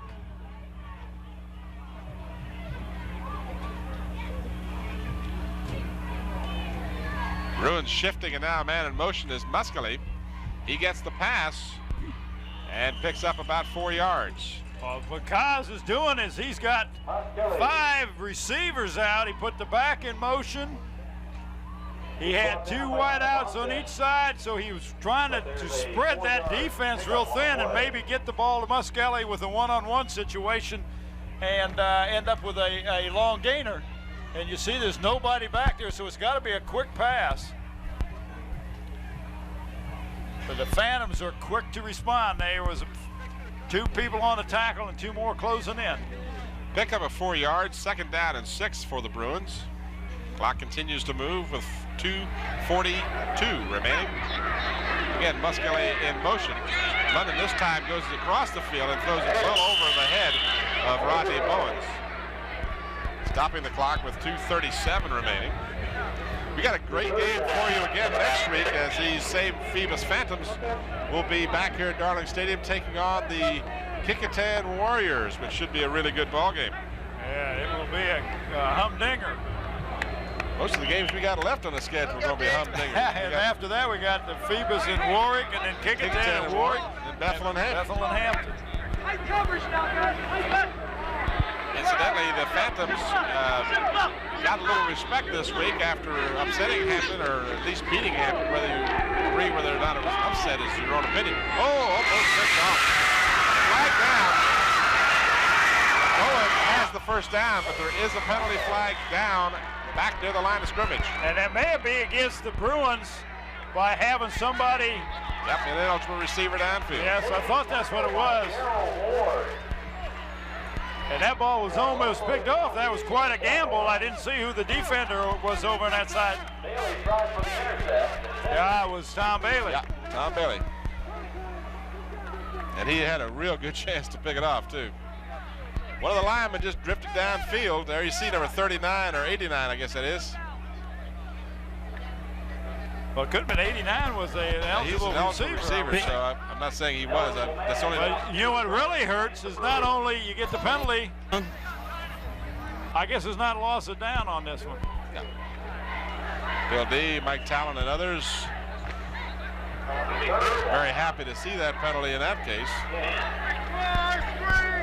In the state AAA rankings, the Phantoms moved from not a mention at all to 10th place. Warwick is an also mention, as is Kecoughtan. So Phoebus and Kecoughtan next week at Darling Stadium, Friday night, the 19th of October. Make plans to come on out and support either one of these teams. You'll enjoy the game, we know it. London throws long for Bowens, and it's almost picked off again. And another flag down.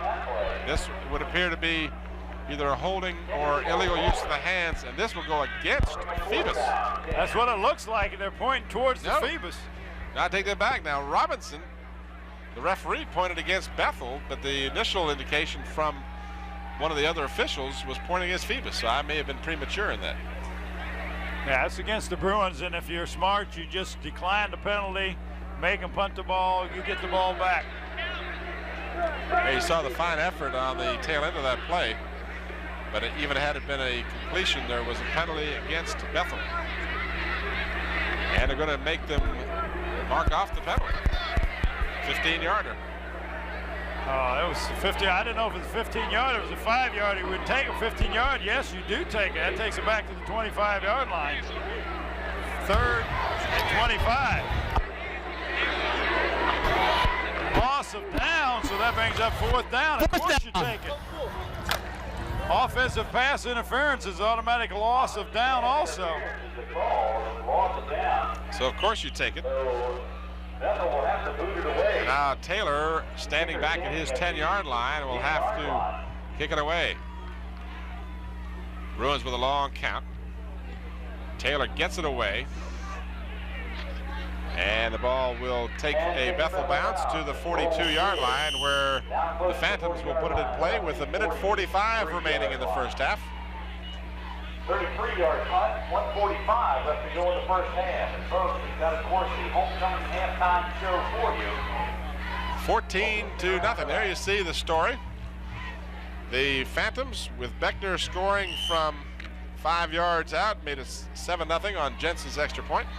Here you see your replay of the kick. You saw Bailey call for the fair catch and then just run past the ball. Had no real intention of feeling it at all. No, that was not would have been a good play. And then Bailey, who I just mentioned, on a halfback option play, threw a touchdown to Barrett.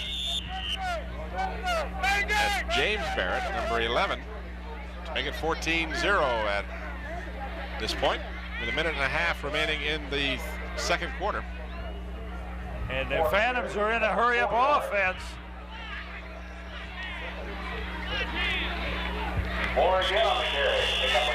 But I don't think you're going to see passing. Not unless it's a halfback pass with Tom Bailey. They're going to call timeout, it looks like. Yes. So the Phantoms by no means feel comfortable with this 14-point lead. They want to keep as much time on the clock as they can and hopefully perhaps get a chance to score again. And again, remind you that towards the conclusion of our ball game, Bob and I will unscientifically pick a player of the game from each squad. And certainly prime candidates at this point would be Kevin Beckner of the Phoebus Phantoms. He has done a fine job running the offense so far. His 50 yards in the first quarter. Turner with 44 yards. Giles. Moore's done a great job. Yep. So lots of candidates. And you look on the Bethel side, you got London's doing a great job. You got Bobby Sims doing a good job on defense. The Harney kid. You got a lot of prospects at this point. You know, I'm surprised to some degree that we haven't seen more running from the Bruins. Muscally and Rimpsey really haven't carried the ball that much in the first half. They've gone almost exclusively to the pass. Third down and a long 2. Beckner Flips it back to Bailey. Bailey gets the first down. Down close to the 40-yard line of the Bruins. And it'll be a stoppage of clock while they move the chains. It's still 1:03, so Phoebus figures they got plenty of time. Get that ball outside is what they're trying to do. And a no-huddle offense with 56 seconds remaining. Pitch to Bailey, halfback pass, same play, different results this time, as James Barrett could not get down far enough to catch the ball. The pass was thrown just a little prematurely. If he could have waited about a second or a half at least before he threw the ball, the young man, number 11 for the Phantoms. That's Barrett. Barrett. He would have had a chance to get down there and get underneath the ball, but it was just thrown a little too soon. You saw how the Phantoms set that up, because the previous play, Bailey carried the ball. Right, watch. And did a good job of it. Here you see Bailey on the flip. Of course, that option gives him the ability to throw an option pass if he wants to, but Barrett was unable to get to the ball. And he threw it a little prematurely. As you saw, there wasn't a lot of pressure on him, so he wasn't really pressured into throwing it. But he knew that that's what he was going to do. So, but what you got to do is still carry out the fake. He could have taken another second or two and then thrown a ball, and perhaps would have been successful. Timeout has been called. But you can see here there's no pressure to mount anything right there. And he threw the ball, which was a good pass, but it was just no way that Barrett was going to catch it.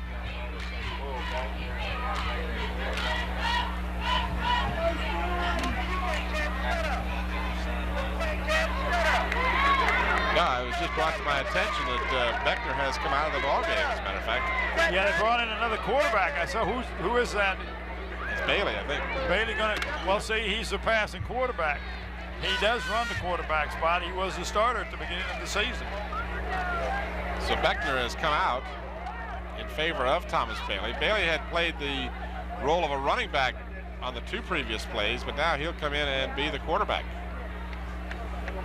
Second down and 10. 51 seconds remaining in the half. Phoebus just used their last timeout. Bailey wants to throw, and it's picked off. Allen Iverson for the Bruins, and in an effort to cut back, lost his footing at the 48-yard line, but the turnover, and again, the Phantoms, no luck at all throwing the ball, with the one exception, that halfback pass. Well, that time Allen Iverson did a good job of watching the eyes of the quarterback, Tom Bailey, and he saw exactly where he was going to go with the ball. Just being a smart defensive back, he just stepped in and picked up the ball. Bailey is looking the whole time to who he's going to throw the ball to. Well, Iverson also sees that. He just picks the ball off. Nice job by freshman Allen Iverson. Clock moving with 22 seconds remaining in the half. And London's got Iverson. He's going to score. There was a missed assignment or something over there. I'm not sure what happened, but there was nobody there. What a nice play by Paul London to pick it up, and of course Iverson just ran down the field, nobody on him, laid it in there nice and pretty. 11 seconds, I'm sure that's not what Bill D had in mind. Boy, does that ever turn this thing around. So the Bruins pick up the 48-yard pass play from London to Allen Iverson. Iverson picks off a pass, and then he catches a pass. The young man does everything out there.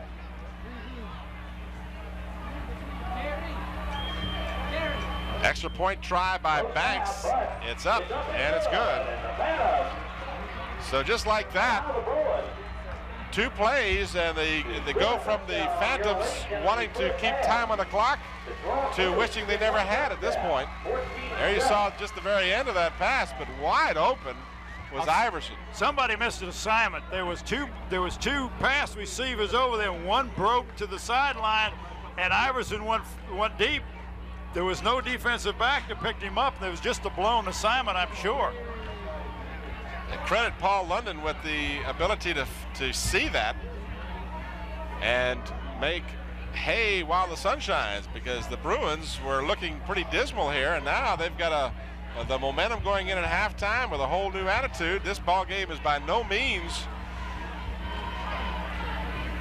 decided by either team. Look how they put the ball down. You see, they've laid the ball flat on the ground, which means they're going to squib kick it.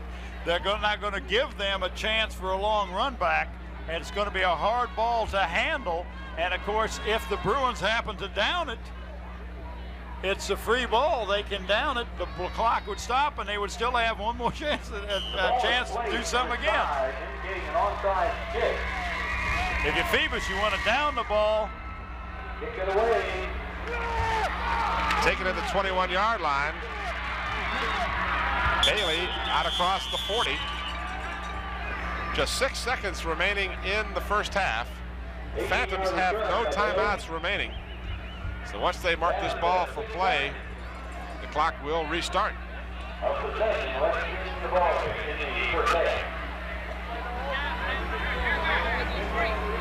The Phantoms unlikely will have no chance to get a play off. And I don't think they're even going to try to get one off. Beckner just walking out to the huddle, and that is the first half. So we've played 24 minutes, and the Bethel Bruins, who knocked on the door twice in the first half, only to come away with nothing, convert an interception in sense to a 48-yard touchdown. As they intercept the ball, Iverson returns the intercept to the 48-yard line of his team, and then his quarterback throws him a pass. Well, he caught 2 passes, one from each quarterback. Yes. But that's 2 turnovers for the Phantoms. They did not turn the ball over at all last week against Hampton. Turned it over twice. Bethel came up short the first time, but really took advantage in the last few seconds of the half. I know what I was trying to say, I just didn't get it out. He returned it to the 48, and then it was a 52-yard pass touchdown from London to Allen Iverson, and that's how we stand at halftime. The Bethel Bruins rallying to trail only 14-7 at halftime. We'll return to the halftime activities at Darling Stadium after this brief timeout.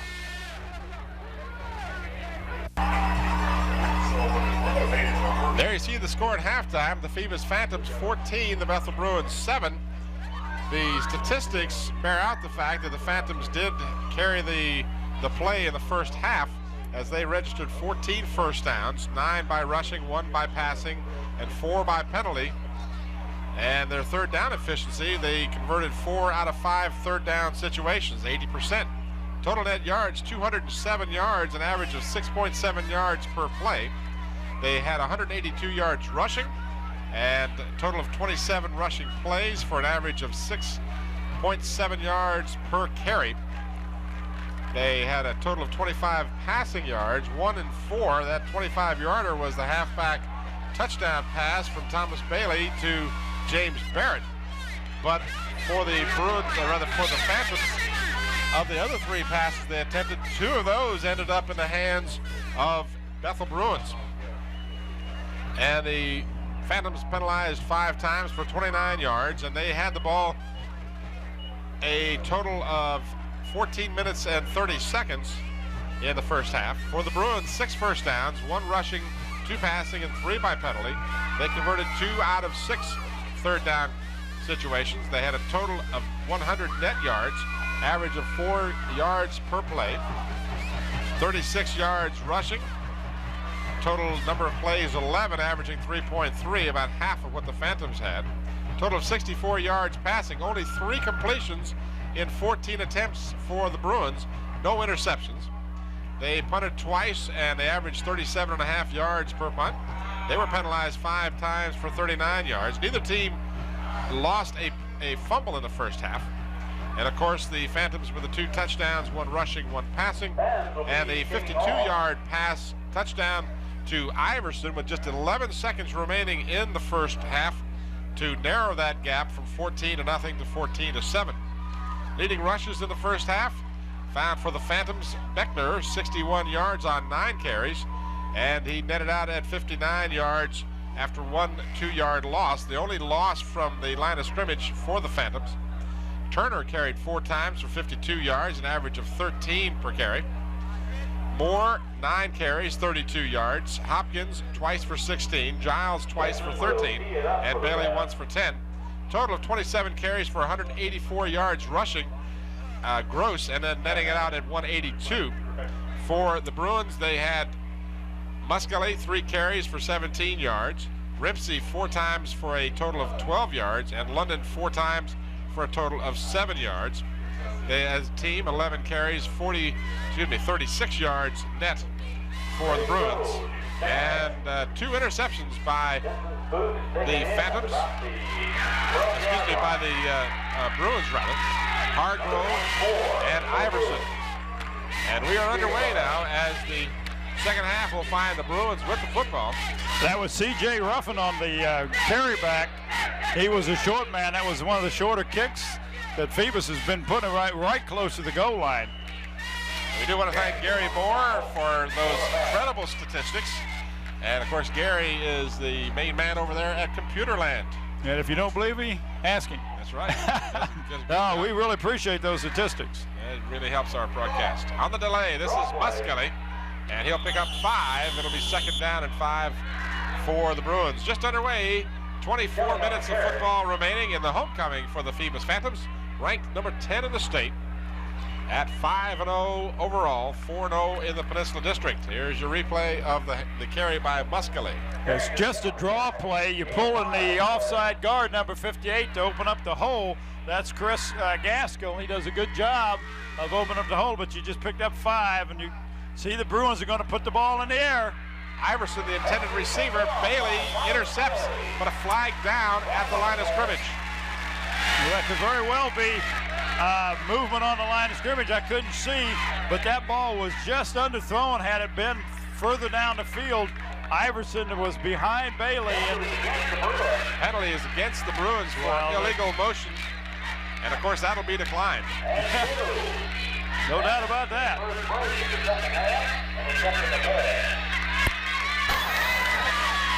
And we continue to have trouble with referee Robinson's mic, so we'll keep you aware of what's going on. But that was an interception by Bailey.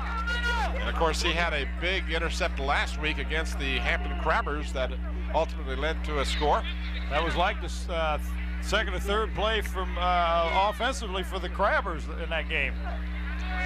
So Bailey, who has been replaced as the quarterback of the starting capacity for the Phantoms, has certainly shown his value to the team in his defensive role. This is Chris Moore carrying for 2 or 3.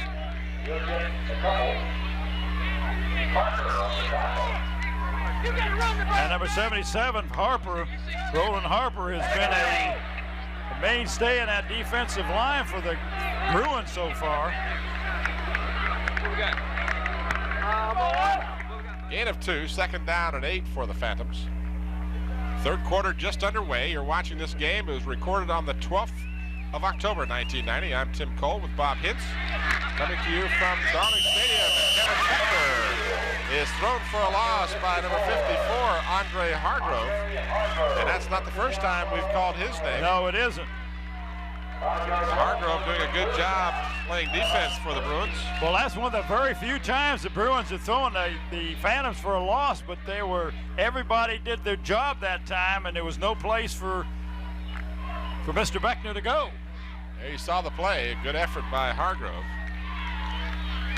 And the loss makes it third down and about 12 for the Phantoms. Well, if they hold true to form, you're going to see them go wide, because that's where they pick up the most yardage. There you see the flip to Maurice Turner. And Turner will come up short of a first down. Phantoms need to cross midfield to get a first down, and it'll be about 4 yards shy of the first.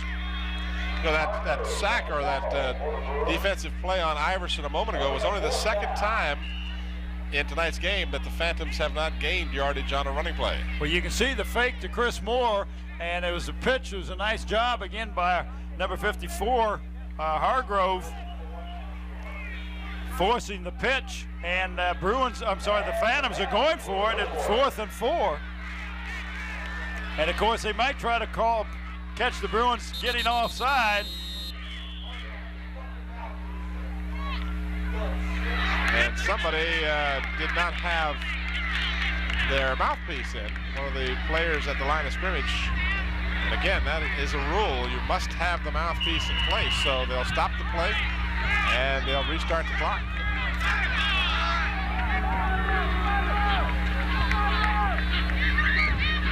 Long count by the Phantoms. So that play, the surprise of that play was negated somewhat by the fact that they had to stop the play and replace the mouthpiece. So well, that was a good point because they had started the cadence and had to stop, and the Bruins had a chance to think about it, and I'm sure that close to the line over there with the Bruins on that side field, Coach Kaz was yelling, watch the cadence. So the Phantoms use one of their 3 timeouts here. They will have Bill D, the head coach, in the huddle along with them as Kozlowski has joined his team. One of the sidelights of high school football that I enjoy is the fact that the coaches are allowed to come out on the field and give instruction to these young men. Well, we have seen Mike Smith when he goes out and takes his players and shows them exactly where to line up. We've seen that in the playoffs, and he does a great job. You got that ability to get out there and show the players exactly where to line up. The conference is over with, and the Phantoms will in fact kick the ball. That is Kevin Beckner, who is the punter. This is Rodney Bowens, and Bowens gets back to the 15-yard line before he slips down. Well, he went to the right. His blocker, Iverson, went to the left. And there was nothing but blue jerseys over there on the right-hand side. The Bruins have poor field position at their own 15. WHCS! Getting a commercial down there? Well, it was a good one. I like that channel. First down for the Bruins, trailing by 7.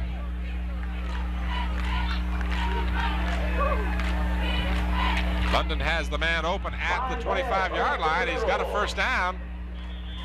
Dragged down is number 83, Kelly Rogers. Well, he almost went back. Yeah. That would have been. He's just a sophomore and almost made a sophomore mistake of retreating behind the first down marker, but he got enough for the first. Here's your replay. He's coming all the way across from the other side of the field. He was lined up wide to the right, went all the way across. Nobody picked him up. Nice hands. He's trying to pick up a block there and almost took it back and lost yardage. And Paul London is going to be sacked. Phantoms record their first sack of the night. So Paul London is sacked, and in on the play for the Phantoms. It would appear that James Barrett, number 11, was in on the play. I believe that's hard to pick up the number, either that or it was, might have been Chad Hopkins. Nonetheless, the loss makes a second down and 18 for the Bruins. London fakes, or rather does in fact give the ball off to Muscale on the draw play. And Maurice Turner was not fooled for a moment, nor was number 87, Arna Bontemps. Arna Bontemps gets through. So the loss even further back to the 15. Here's your replay. 22. And Turner and Bontemps were just all over the play. Bontemps in on the stop. And nobody picked him up. Somebody's supposed to pull and trap him, but there was nobody there. Picks up on that play.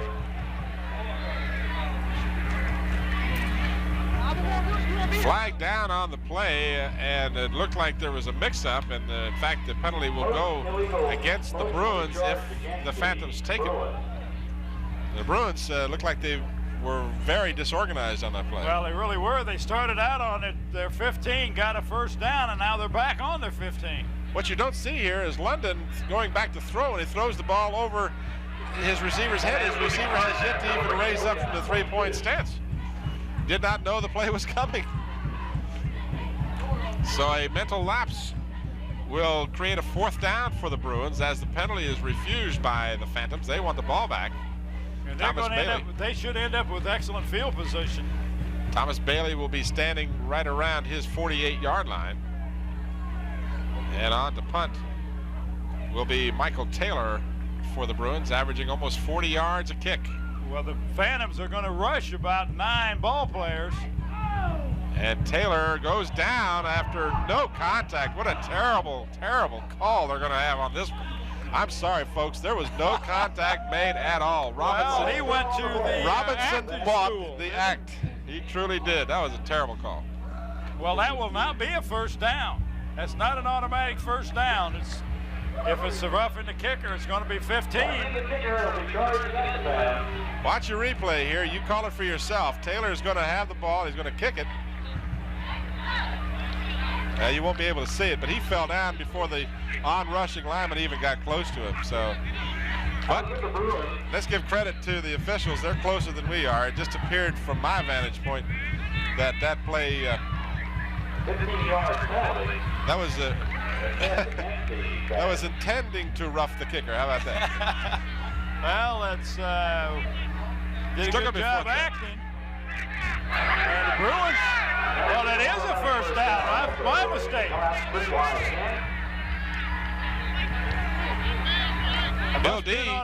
Bill D is questioning. He wants Robinson's attention. He said there should not be a first down. Well, I may be mistaken. I thought. Well, now there's going to be a timeout called by the Phantoms. And Bill D says, "Wait a minute here, guys." Well, that's their second timeout this half.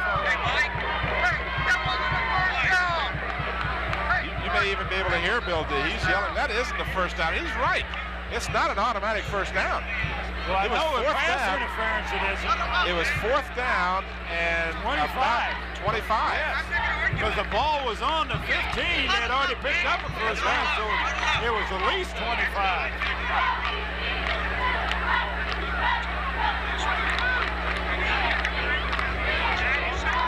I'm curious to see if they'll change it, if in fact we and Bill D are correct.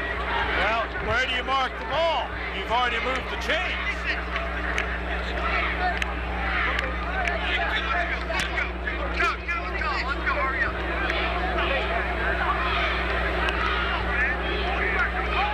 Well, I guess you could call that a phantom first down. For the Bruins. So the officials proving that they too are fallible. Awarding a first down to the Bruins when in fact there was no first down earned or should have been given. That was compounding a felony because the roughing the kicker call was terrible to begin with. But enough of that. As my wife says, that'll be enough of that. Right. Every time I get carried away, she says, that's enough of that. Well, here's the last play. Here's London going back to pass. The ball is just going to be thrown short. Well, and you can't blame London. He's passing the receivers that are new to him. London steps up and then has the ball go right through the hands of his intended receiver, Kevin Weaver, who caught a couple of passes last week against Kickotan, but this time can't hold on to it.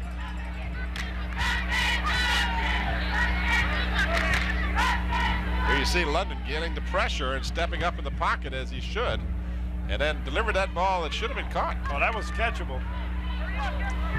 3rd and 10 from the 30. Clock stopping with 6:08 remaining in the 3rd quarter. Score still is 14-7 to the Phantoms. And it's going to be picked off. This is that Kevin Giles, Kevin Giles, the linebacker. And he's a tough runner. Flag back at the 27-yard line, but the ball has been picked off by the Phantoms.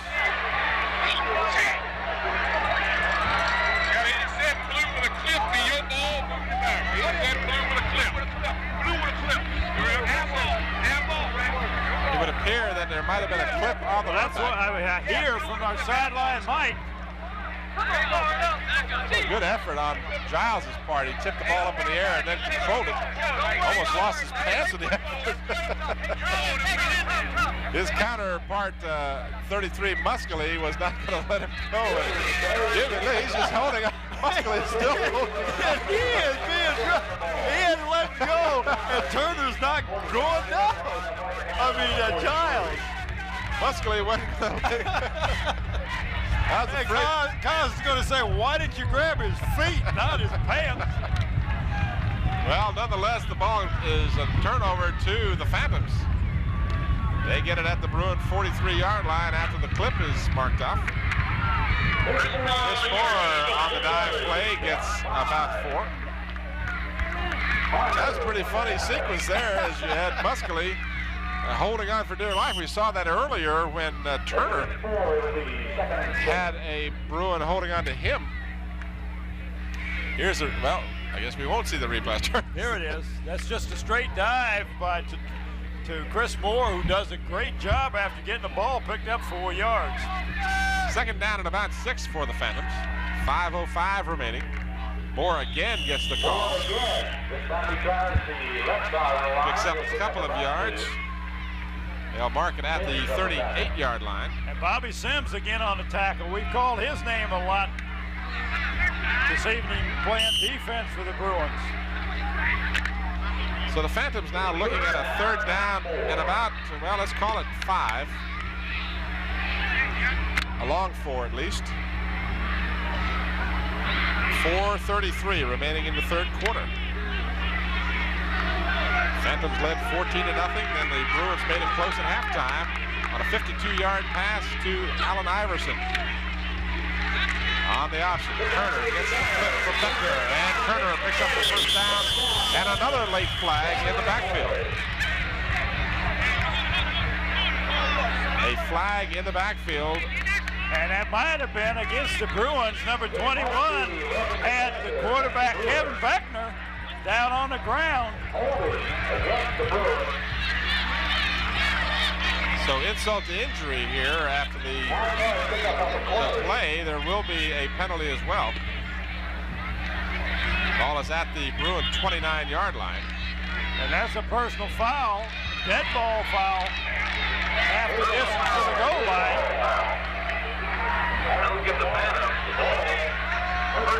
Holding against the Bruins, and that will be a first down. 19-yard line is where they mark it.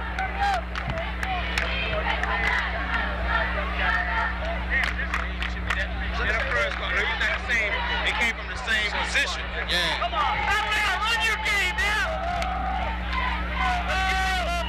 First down for the Phantoms. Come on, baby. And yet another flag. Bobby Sims was a little anxious. Got in that neutral zone. Encroachment, 5 yards. So they'll mark it at the 14-yard line. An easy 5-yard pickup for the Phantoms. 1st and 5. Almost like self-destruction here by the Bruins. They're making many mistakes. Let's go, offense. Come on, Come on, Calvin Chapman lines up wide to the left. Get in there. Turner off the right side. Not much happening. The Bruin defense came up big that time. That was number 75, Kareem Woods, along with number 21 for the Bruins. Horace Combs. There we go. I knew I had him somewhere. No gain on the play. So a slight loss on the play, if anything. Second down and about 5. 3:15 remaining in the third quarter. 14-7, the Phantoms of Phoebus. Homecoming for the Phoebus High School. Beckner pitches back. This is Hopkins. Hopkins again cannot get around the corner, and the Bethel defense, led by Iverson, Bowens, and London, did a good job. That was a great job. I watched Combs that time, number 21, fight off a blocker all the way across and was the initial tackler. Watch this. It's a nice play. The fake to the fullback and then the pitch, and looking fake, he just fought off the block by Maurice Turner, and a loss of looks like about a yard on the play. So it's third down and about 7. Ball is just shy of the 15. And a player for the Bruins jumped. Whether he was pulled off or not will be the Well, it was a Phoebus player on the other side, I think is the one that moved. The whiteout on that side actually crossed into the zone. Yeah, we'll let the officials. And it's against the Phantoms. Against the Phantoms. They'll say that the Phantoms drew the I don't know if you can see it on. There's a good shot of Coach Kozlowski on the side of it. You see how intense that gentleman is. But you can't see the whiteout on the other side. This guy did not, the move for the Bruins did not get into the neutral zone, but the whiteout for Phoebus moved. So it's 3rd down and 11 for the Phantoms. Pitch to Turner. That's inside. He'll be close to a first down. It's going to be short of the first down by about a yard. They're at the 10. They need to get across the 9. Well, everybody is yelling, go for it.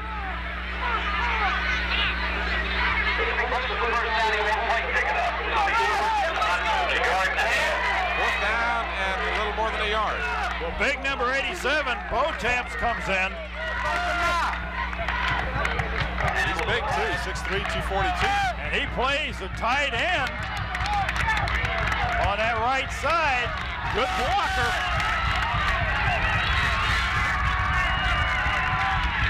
Pitch to Turner. Turner is going to be close. Well, that's going to be depending on the spot. And it looks like they did get the first down. Yes, it's been signaled this side. Bontemps did a good job of kicking his man out. Open up a seam for Maurice Turner. Here's the replay. There you see Turner with Bailey to the right and Chris Moore to the left leading the blocking. And they did a good enough job to get him enough for the first down. So it's 1st and goal inside the 10.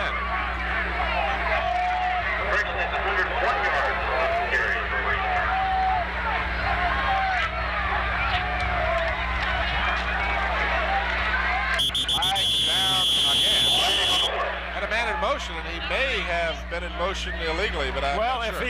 If he could have got himself going to the side rather than straight ahead, he could have got by with it.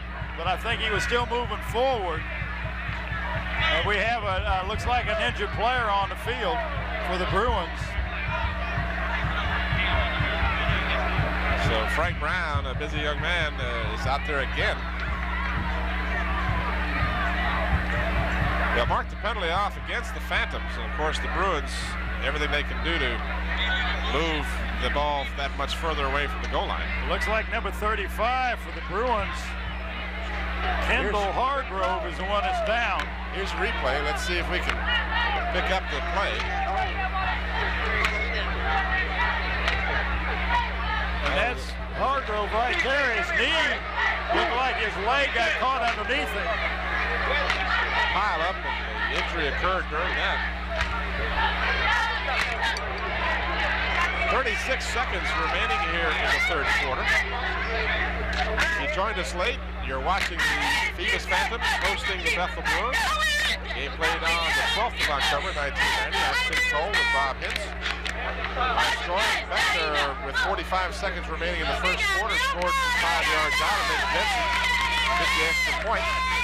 Then Thomas Bailey, the former starter at quarterback, on a halfback option play, threw a 25-yard touchdown pass to James Barrett, and Jensen converted to make it 14-0. And then with just 11 seconds remaining in the 1st half, Allen Iverson, after intercepting a pass by the Phantoms, on the very next offensive play, took a 52-yard pass from Paul London and raced untouched into the end zone to make it 14-7.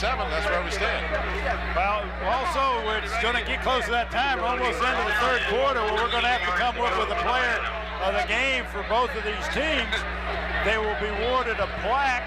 The plaque is donated to the player of the game by DC Engraving. It is a sample of metal photo. DC Engraving is located in York Village Shopping Center on Route 17 in Grafton. The players of the game will also receive a shirt that has the WHCS Channel 5 logo and Football and the Player of the Week on it. And this is donated by Turner's Hardware and Sports Place, which has 3 locations. One in Willow Oak Shopping Center. Another one, Denby Hardware and Sporting Goods, located in Denby Square. The third and the newest store is the Sports Place, located in shops at Hampton Harbor, next to Hampton University. And of course, while we got a minute, we also would like to ask again the viewers if they would send in a postcard or a letter, give us their opinions on what's going on and what they like and dislike about our telecast. But also, we were going to select one of those cards. We will draw one of those cards in the last ball game, and we will give them a stadium seat donated by the Sports Place. And there you see the address. Send it to Channel 5, 1819 Nickerson Boulevard, Hampton, Virginia, 23663. And you can also call if you want to, but it's going to be hard to pick a call out of a barrel. So send a card or letter in. Let us hear from you. Keep those cards and letters coming, folks. Although we can't read them, we love to hear from you. Kendall Hargrove trotted off the field under his own steam, we're happy to say. Thomas Bailey carries to the 10. Bailey has been used in the running back slot, and he comes up with a little bit of a limp. And that was number 50, Bobby Sims, and we've called his name quite a few times tonight. He was watching on the replay, and he is limping. Sims does a good job of fighting through some blockers right there and making the tackle. Did an excellent job. That's the end of the third quarter, Tim. So Bailey will come out, having carried that ball that last time, and that ends the third quarter. And our score remains 14-7 as it was at halftime. We remind you again, upcoming games here at Darling Stadium. This coming Friday night, the 19th of October, we'll be back here with the same Phoebus Phantoms, and they will host, or at least be here to play, the Kickintan Warriors. I'm not sure exactly who is the home team for that game, but nonetheless, that should be a tremendous football game between the Kickintan Warriors. At least coming into this weekend, they are once defeated, and at this point, the Phoebus Phantoms, who are undefeated. And that'll be the 19th of October. And we invite you to come out here to Darling Stadium. It's a very good facility. There are great seats. There are no bad seats in this facility. Well, I tell you, you're right there. Beautiful facility. And it's a nice place to bring the family. We encourage you to come out here, not just if you have a son that plays or a daughter that's a cheerleader or in the band, but come on out here and enjoy some good old high school football the way it's supposed to be played. I'll tell you one thing, we had some tremendous comments about last week's Hampton Phoebus game, and we appreciate all those comments from you fans. Oh, I've gotten all kinds of comments about it. That's why I'm wanting the people to write in, because I can't, you tell people that this happens, but if we get the cards and letters coming in, then we can show the people down the school board.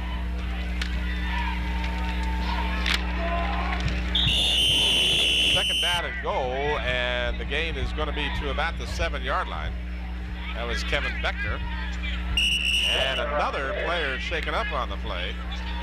It seems like almost every other play tonight there has been an injured player.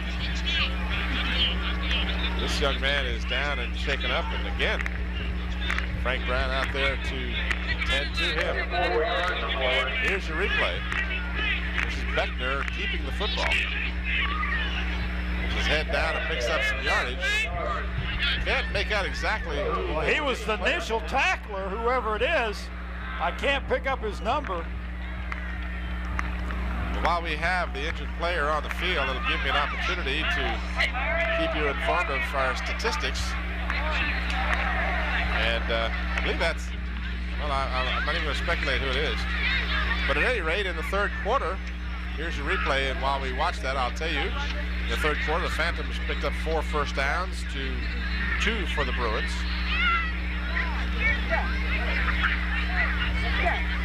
The Phantoms completed 2 of 3 third down situations, while the Bruins were 0 for 1. 34 net yards for Phoebus, 5 for Bethel. He may have caught an arm or something. got pinned, and that's the only thing I could figure out, but he was the tackler. Right there.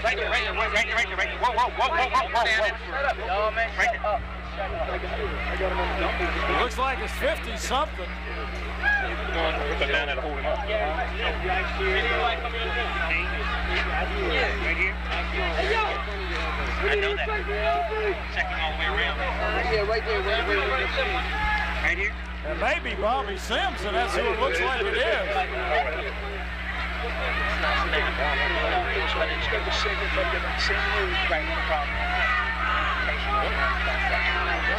have dislocated a shoulder. I'm purely speculating. And we don't. All right, what we're going to do, Bobby, we're going to roll. We're going to roll to your right, okay? I have your arm. All you need to do is relax. I got your arm. Let's go. Roll over. Slowly but surely. Slowly but surely. All right, relax. Guys, get back. Relax.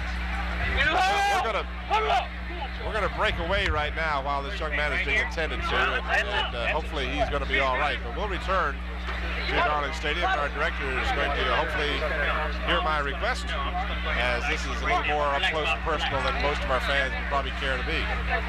We'll return with 11:49 remaining here in the fourth quarter to Darling Stadium after this brief timeout.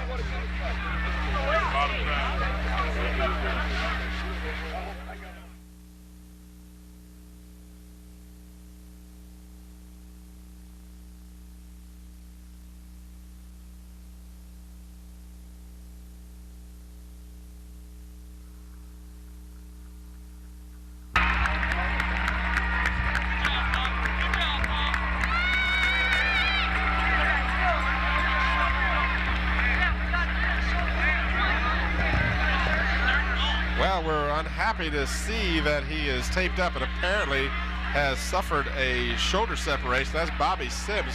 It's too early for us to really tell what the condition of it may be. He may have just sprained it, but it was a painful situation for the young man, and we're sorry to see him being helped off the field, but hopefully he'll be all right, and certainly if not returning tonight. Well, you can see right there, he got his arm was pinned underneath the tackler. He did a great job. He being Bobby Sims did an awesome job of fighting off the blocker and getting in on the tackle, and he's going to be missed because he's been on a lot of tackles tonight for the Bruins.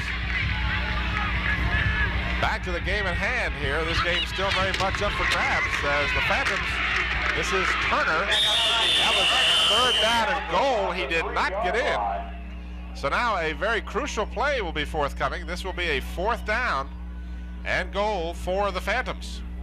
They lead by one single touchdown and an extra point. 11:10 remaining in the fourth quarter. Here's going to be your replay, and Phoebus is calling a timeout. Turner with good blocking from Chris Moore, but you see Paul London there fighting off the block and making the tackle. And Kelly Gardner came in to help him and keep Turner out of the end zone. That's number 55. And that'll be the final timeout of the second half for the Phantoms. And you see some of the beef coming on the field for the Phantoms. That's number 77, Eric Clark. He's 6'3", 295. How would you like to feed him? He makes a hole, he makes a hole. Oh, if you need to plug up a hole because you're going to kick a field goal, he's a good one to do that too. Well, Bill D has joined his team on the field to discuss the options available. You have to wonder, Coach, what would you do in a situation like this? You need 3 yards for the touchdown. Well, they've been very successful running the ball, but, you only one touchdown behind. You want to get some points. I'd kick the field goal, and that looks like exactly what they're going to do because they got a good kicker. This will be a 20-yard attempt. John Jensen has the ball up, and it appears to be through. It is. See, now you put the pressure on the Bruins. They got to score 2 times. That is Jensen's second field goal of the season. You may recall that against the Hampton Crabbers, he opened the scoring in that game with a 37-yard field goal. So Jensen now with 2 consecutive weeks with a field goal, and this one makes the difference, as you said, Bob, 17-7, and makes a 2-score situation in effect for the Bruins. There's Larry Malloy there to the left, and Rick Ricky rolls in the center, and I'm not sure who that gentleman is on the right, but that's the crew that keeps this stadium operating. And Ricky said, call my name. He says, I do all the work. And I said, yeah, I'll bet you do all the work. Not with Larry around. Larry might tell him to do all the work. I don't know. All right, we're back underway as Jensen kicks it deep. Fielded at the 5-yard line by Iverson. Or check that, Bowens, rather. Bowens across the 30. He's exciting when he gets the ball, isn't he? He truly is. Iverson and Bowens are a fine-looking tandem for these Bethel Bruins. Bowens, of course, is a senior, while Iverson is but a freshman. Here's your replay as you'll see it fielded at the 5-yard line. 25-yard return. So a 25-yard return out to the 30. Here you see Bowens, and he gives his team pretty good field position, trailing by 10. Paul London pumps, throws, completes the pass to Bowens. And Bowens gets away from Bailey and finally dragged down from behind by Chad Hopkins, but he had one man to beat. Wow, that was almost a game breaker right there. So Hopkins made the saving tackle. Wow, watch this play. Nice. It looked like he was going to go out of bounds, and I think he kind of fooled the defense. Nice pass and catch, and he makes the turn like, well, I think I'll go out of bounds. No, I guess I won't. Fake Tom Bailey right out. London again wants to pass. Bowens had it, tipped it in the air, and it's intercepted by the Phantoms. James Barrett.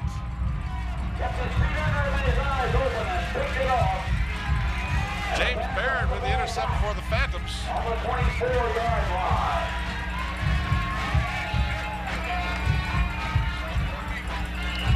And you're not saying anything, but I can't hear anything in my headset. I don't know whether there's a problem. Well, I can hear you.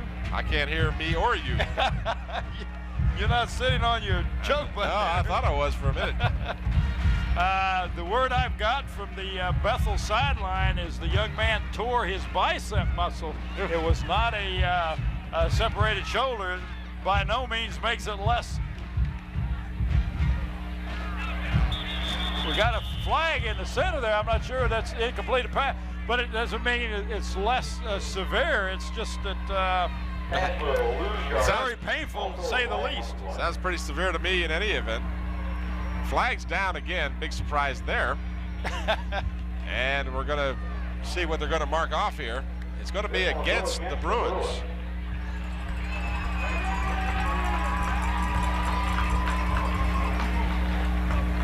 Here you see the ball. Was it a catch or not? No, he called it incompleted pass, but I'm not sure what the penalty was. Well, if you looked at that play, the call of an incompleted pass was by the official behind the intended receiver, and he couldn't possibly have had the angle to tell, but he did rule an incomplete pass. It's a unnecessary point because the Bruins were guilty of an infraction. An illegal substitution. Illegal substitution. Too many men on the field. I think that's called too many men on the field. Guys keeps trying that 12-man defense, but you know they've been caught at it too many times. First down for the Phantoms.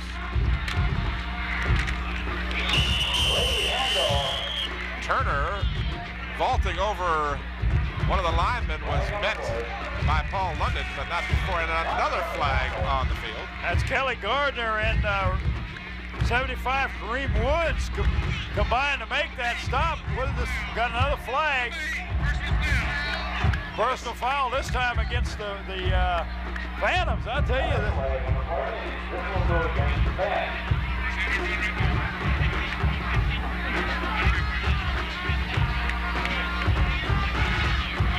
So they're going to mark the penalty off against Phoebus. This will be a 15-yarder. 9:33 remaining in the fourth quarter. Personal foul, Phoebus.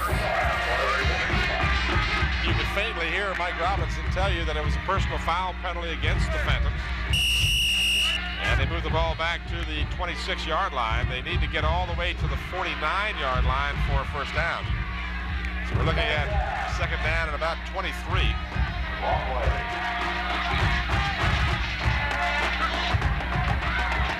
Second down at 22. Beckner.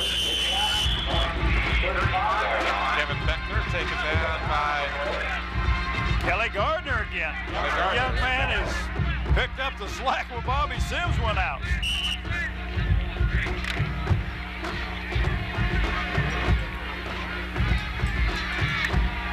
Here you see the replay.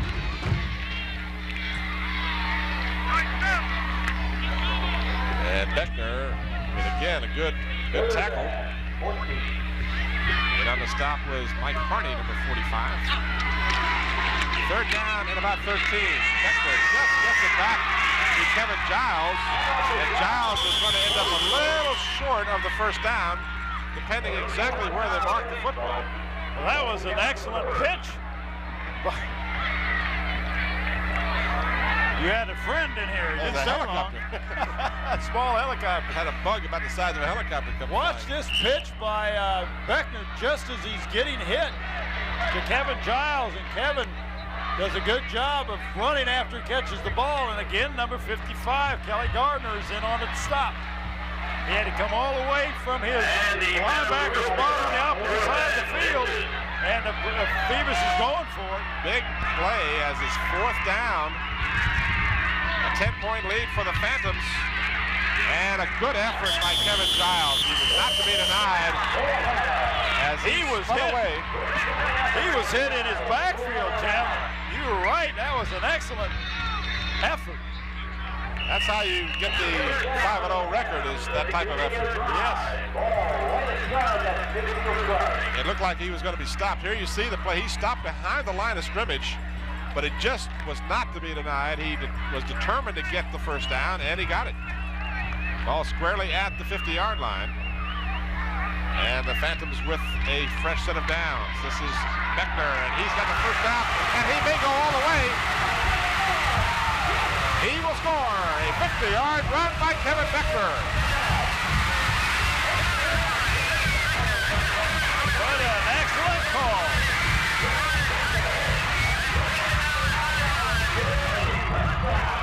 Well, that's not hard to figure how many yards that was. That ball was spotted directly on the 50. There you see the Phantom faithful as they enjoy what they're watching.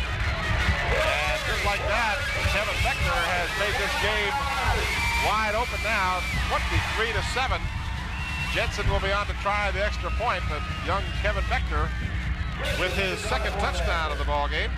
This one a 50-yarder, and he had one of 5 a little earlier. Jensen's kick is blocked. So the score will remain 23-7.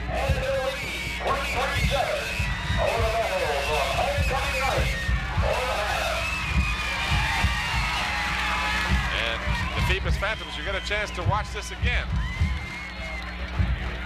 You see Beckner with the option play, and he just finds a major hole in that defense, and then it's a foot race with Rodney Bowens. Well, Kevin Giles is the one that opened that hole up. He did set up a good screen block, set up a nice alley for Kevin Beckner to go through. Bowen just narrowly missed getting a hand on him.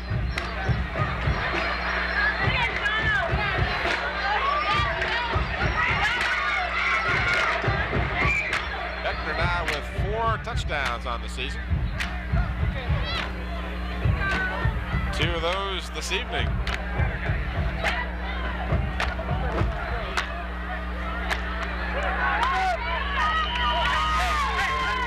Beckner had a touchdown in that victory over Hampton as well. From the 11. This is Bowens across the 25.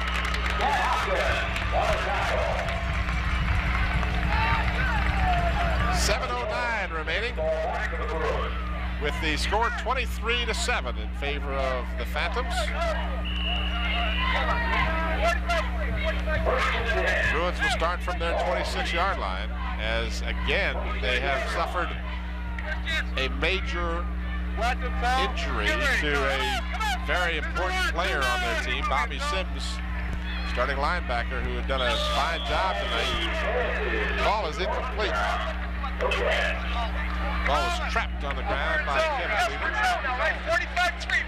And stops the clock with 6:50 remaining in the fourth quarter. There you see a good look of Bill D, the 10th ranked team in the state. 5-0, trying to make it 6. Here's your replay. Ball just a little low. It looked like he's put his arms underneath and had his arms underneath, but the official said no, the ball hit first. That was that'd have been a tough one to call. Well, fortunately for the officials, they're right there and they have a much better angle at it. And they rule that he trapped the ball. London fakes, gets pressure, and is sacked. Paul London sacked back at the 18-yard line. On the stop was 54, Derwin Howard. That's the nose guard. And a late flag. Gee, that's something we haven't seen tonight. This game has been just filled with penalty flags. And I'm afraid this one will be an unsportsmanlike conduct, I believe, against the Bruins. I shouldn't speculate. I don't know for sure. Well, I tell you, they just go in the wrong direction. Yep, that's what it is. Unsportsmanlike is the call. Somebody, through their frustration, just said or did something that the officials will not tolerate. They have to control the game. Now the Bruins, with 6:26 remaining, call a timeout.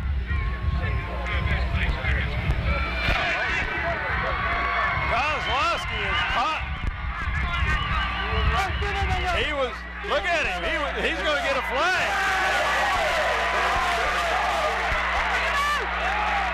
He was hot. He was talking to Mike Robinson as he entered the field.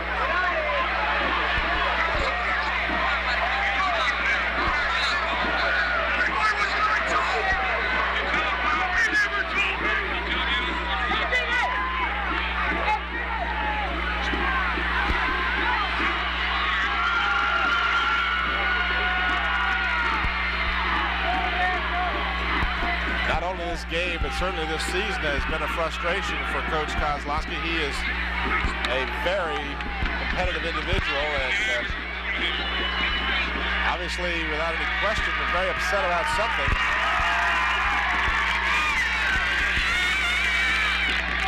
And an additional penalty marked off. This one, of course, would be half the distance to the goal line.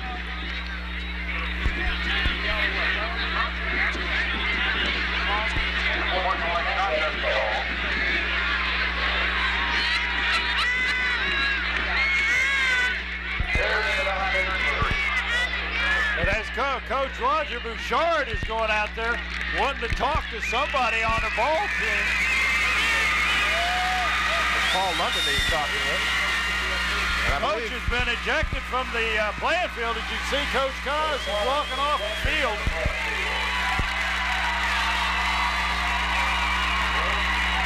If you're the official, you got to maintain control. And Koz was very upset. He's very intense. Kind of reminds you of the Roger Clemens thing, doesn't it? Does tend to remind you of that. So the Bruins with the double unsportsmanlike conduct penalty. And see where Koz is he's going to hang on the fence. As your wife would say, enough about that. They're looking at 3rd and 33. And the ball is picked off. Well, no, he had it for a moment and then dropped it.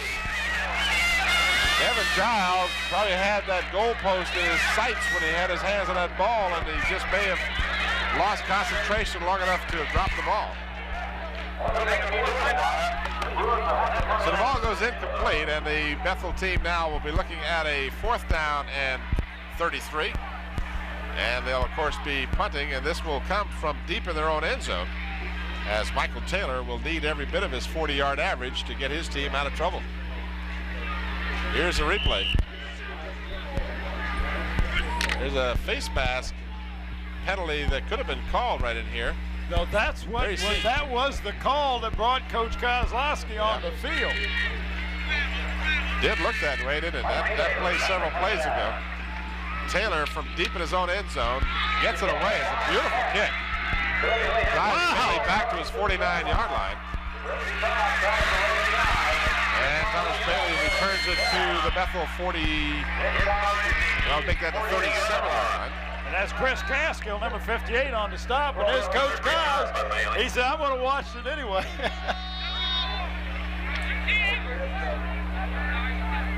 That's the first time I recall a high school coach being thrown out of the game.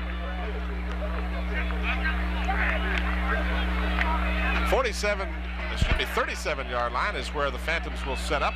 5:50 remaining in the fourth quarter. And the Phantoms have pulled out on top of 23-7. Kevin Beckner calling the signals. This is Maurice Turner. He'll go. Maurice Turner will score a 37-yard touchdown.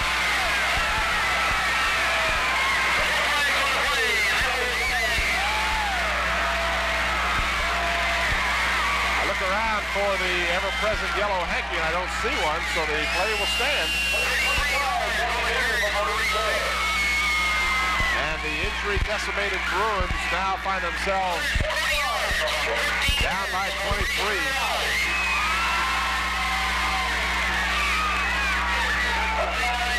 Penalties have really hurt the Bruins. They had to kick deep in their own end zone.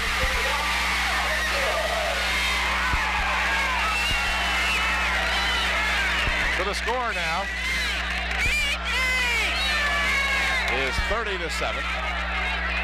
And we'll get a chance to see that play that was the cause of. See if we can pick up a face mask here against the Phantoms. Let's see. Look right there. Paul London has his face mask being grabbed, and he will be ultimately sacked. And of course, I'm sure that had a lot to do with the great rage that ensued on the Bethel side of the field, and certainly you would have expected. There was some rage on that side. So we're going to have to make some decisions now about our. Well, these are just possibilities. All right. Well, I like your call there, with maybe one exception. Let's see now for the Phoebus Phantoms. Kind of hard not to pick Beckner again. You know, the young man started the scoring. He's added a 50-yarder. He's run the triple option to perfection tonight. Here's Rodney Bowens, who just doesn't give up. He's out there running kicks back time after time. Certainly Allen Iverson is a candidate for the Bethel Bruins. Paul London, who's played a good ball game. Sims, who left injured, played a good. This is tough to pick these players of the game. Well, it really is. Kevin got it last week, and he's done a great job. And it's hard to pick an outstanding player when you have so many of them doing a good job. I think Maurice Turner's done a great job. I think Kevin Giles done a great job. Bontemps has done a great job. Barrett's done a great job. Moore's not only carried the ball, he's blocked well. A lot of times they do some good things and you don't see it because it's not on the stats. So that's my choices. You let me know what you want. You got a pass completed to Jason Walker from Paul London for a first down for the Bruins. We get Scotty to turn on my portable mic. He's got you squared away. Ready to go on down on the field. We invite you to stay tuned. At the conclusion of the ball game, Bob is going to make his way down to the field and hopefully have a chance to talk with some of the players from at least the Phoebus team and perhaps the Bethel Bruins.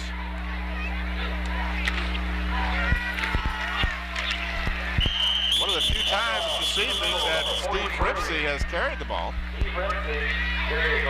Ripsey generally carries the ball quite often during the ball game for the Bruins, but has been used sparingly tonight. I think because of that very stingy defense that the Phoebus Phantoms have against the rush. That Coach Cos came in with the idea he had to put the ball in the air to beat him. He knew his running game is not as powerful, as potent as his offense weapons of the pass. So I will go down on the field.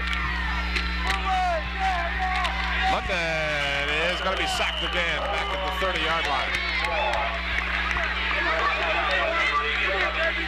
In on the stop for the Phantoms, number 84, that's Andre Henderson.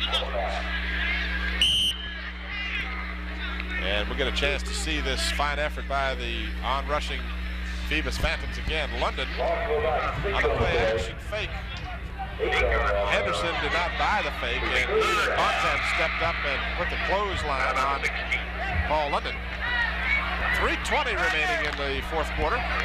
30-7, the Phantoms of Phoebus have broken the game open here in the fourth quarter after Bethel trailed only by 7 going into the fourth quarter. Iverson makes the grab on the far sideline. He's driven out of bounds by Chad Hopkins. But Allen Iverson, the young freshman sensation from Bethel High School, makes the catch. And we'll watch the replay again.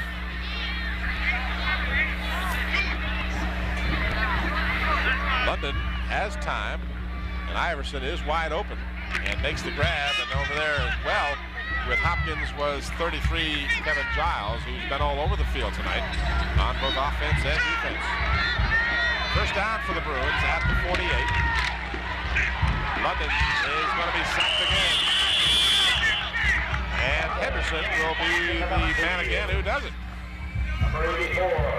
So Andre Henderson with 2 sacks here late in the fourth quarter. Well, Tim, the Phantoms know that Paul London's going to pass the ball, so they can just take off and rush. The only thing that could hurt him would be a draw play or a screen play, and they do have the linebackers back to check that play. 2.5 minutes remaining. Second down and about 14 for the Bruins. On a fly pattern, ball is caught at the 20-yard line all the way down to the 11. Tim, that was just a missed assignment. There was one defensive back over to cover the 2 wideouts for the Bruins, and he was yelling for some help, and nobody came over. Kelly Rogers, the young man, number 83, here's your replay. Paul London gets time, and when he has time, he'll hurt you. Throws up kind of a wobbly pass, but it was on the mark to Rogers. And Rogers holds on to the football, but the Bruins, with a little too late, with 2 minutes remaining, trailing by 23 points, have a first down at the 11. London unloads as he was being hit, and it's in the area of Allen Iverson, and therefore will not draw a grounding call. Well, Tim, he didn't have a chance to even set up. He threw that ball away, making sure nobody could catch it, but in the direction of Allen Iverson. The Phantoms are just teeing off, as you said, Bob. They really know that it's almost a certainty that the pass will be forthcoming. So what they do, of course, is they rush as hard as they can.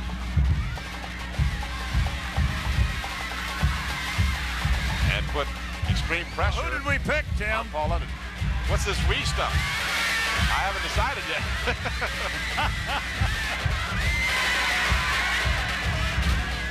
Well, you only got 1:52. Well, you know, it's going to be a time. We're going to have our director here because you've chosen Turner for Phoebus, and I have to go with Beckner. I know he won it last week, but that doesn't preclude him from being the outstanding player of the game, in my opinion, this week.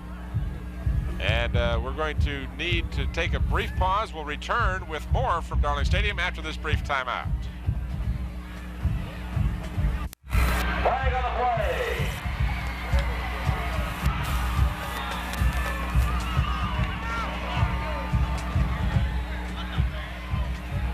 As we return, a touchdown pass has been thrown, and we'll get a chance to watch on the replay. You won't miss anything. Well, number 26 ran a great pattern, and after he caught the ball, he was in the end zone, and then the Phoebus ball player threw him out of bounds onto the track, and that's why the flag ensued.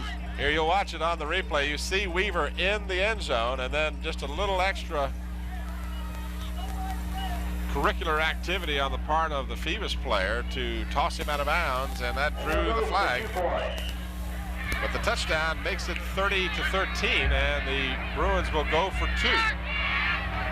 As London will be throwing for the extra points. He throws in the end zone, and it's good as he completes the pass to Jason Walker. So that makes the lead a 30-15 score with just 1:46 remaining in the ballgame. Now, Tim, do you think that Coach Kaz is going to have them do an onside kick? Well, we can't say Coach Kaz. It's actually Coach Roger Bouchard who's the head man on the sideline, and you know they're going to do an onside kick. And we'll get a chance to watch the two-point conversion. Here is London going deep in the end zone to Jason Walker. Tim, you know you had that personal foul at the end of that touchdown, and it'll be stepped off here on the kickoff. Yeah, that's right. So we saw the same incidents last week. And when you have the ball already on your opponent's 45-yard line, you're crazy not to try an onside kick. And certainly, without question, the Bruins will make that attempt at this point. So the less important task at hand here is I kind of go with Beckner, and you pick Turner for the Phantoms. I'll go along with Sims for Bethel. We probably need to have our producer and or our director break the tie between Turner and Beckner. How does that sound to you, Bob? Well, that sounds good to me, whichever way they want to go.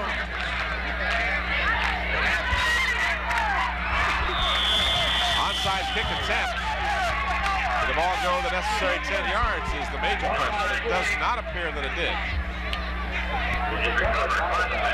And the Phantoms do recover the ball. Oh my gosh! So the ball didn't go the necessary 10 yards to begin with. All right, so our director and our producer both have picked Turner. And I'll be outvoted 3-1 on that, so that's all right. Maurice Turner and Bobby Sims. Bobby Sims for the Bruins, and Maurice Turner will receive a plaque and a staff shirt from Channel 5 for their outstanding efforts. And it was not an easy pick because there were an awful lot of fine efforts on both sides of the field tonight. Now the Phantoms, who don't have any timeouts, can't be charged with a timeout. Well, Mike Robertson called timeout, and you're right. If I remember correctly, they've already used 3. Well, that will end up costing 5 yards. That would be a delay a game or illegal use of timeouts, I think that's called. Whatever. The result is the same. Is there a penalty that has not been called tonight? I don't think so. I think I made up my own penalty on that one. That's the illegal use of timeout. At any rate, it's 1st and 15 for the Phantoms. This one's all over by the shouting. A minute and some change remaining. Beckner on the quarterback keeper. And he picks up about the 5 that they were penalized a moment ago. Well, Kevin Beckner kept the ball that time, Tim. He just wants to run the clock out. And, of course, Bethel's going to call a timeout, but he's not even going to take a chance of a fumble or a turnover. So the timeout will prolong the ultimate end of the ball game, and the game has been one filled with penalties and injuries, and 52 seconds remain in this game. And again, we hope Bobby Sims, who has won the award for player of the game for the Bethel Bruins, is all right. He did sustain an injury, and we certainly hope it's nothing real serious. There you see the Phoebus High School cheerleaders.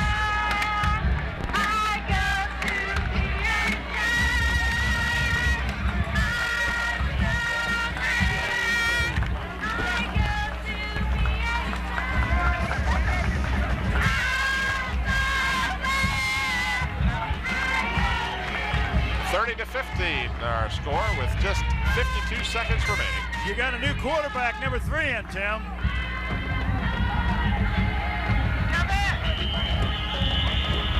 Ball comes loose, but well after the forward progress had been registered. And that new young quarterback is Torrey Edge, who's a sophomore quarterback. Number 3, Torrey Edge, the quarterback role for the Phantoms. And I believe Bethel High School has used their final timeout. Excuse me, Tim. There's a lot of clean jerseys coming in for the Phantoms. Another timeout by the Bruins.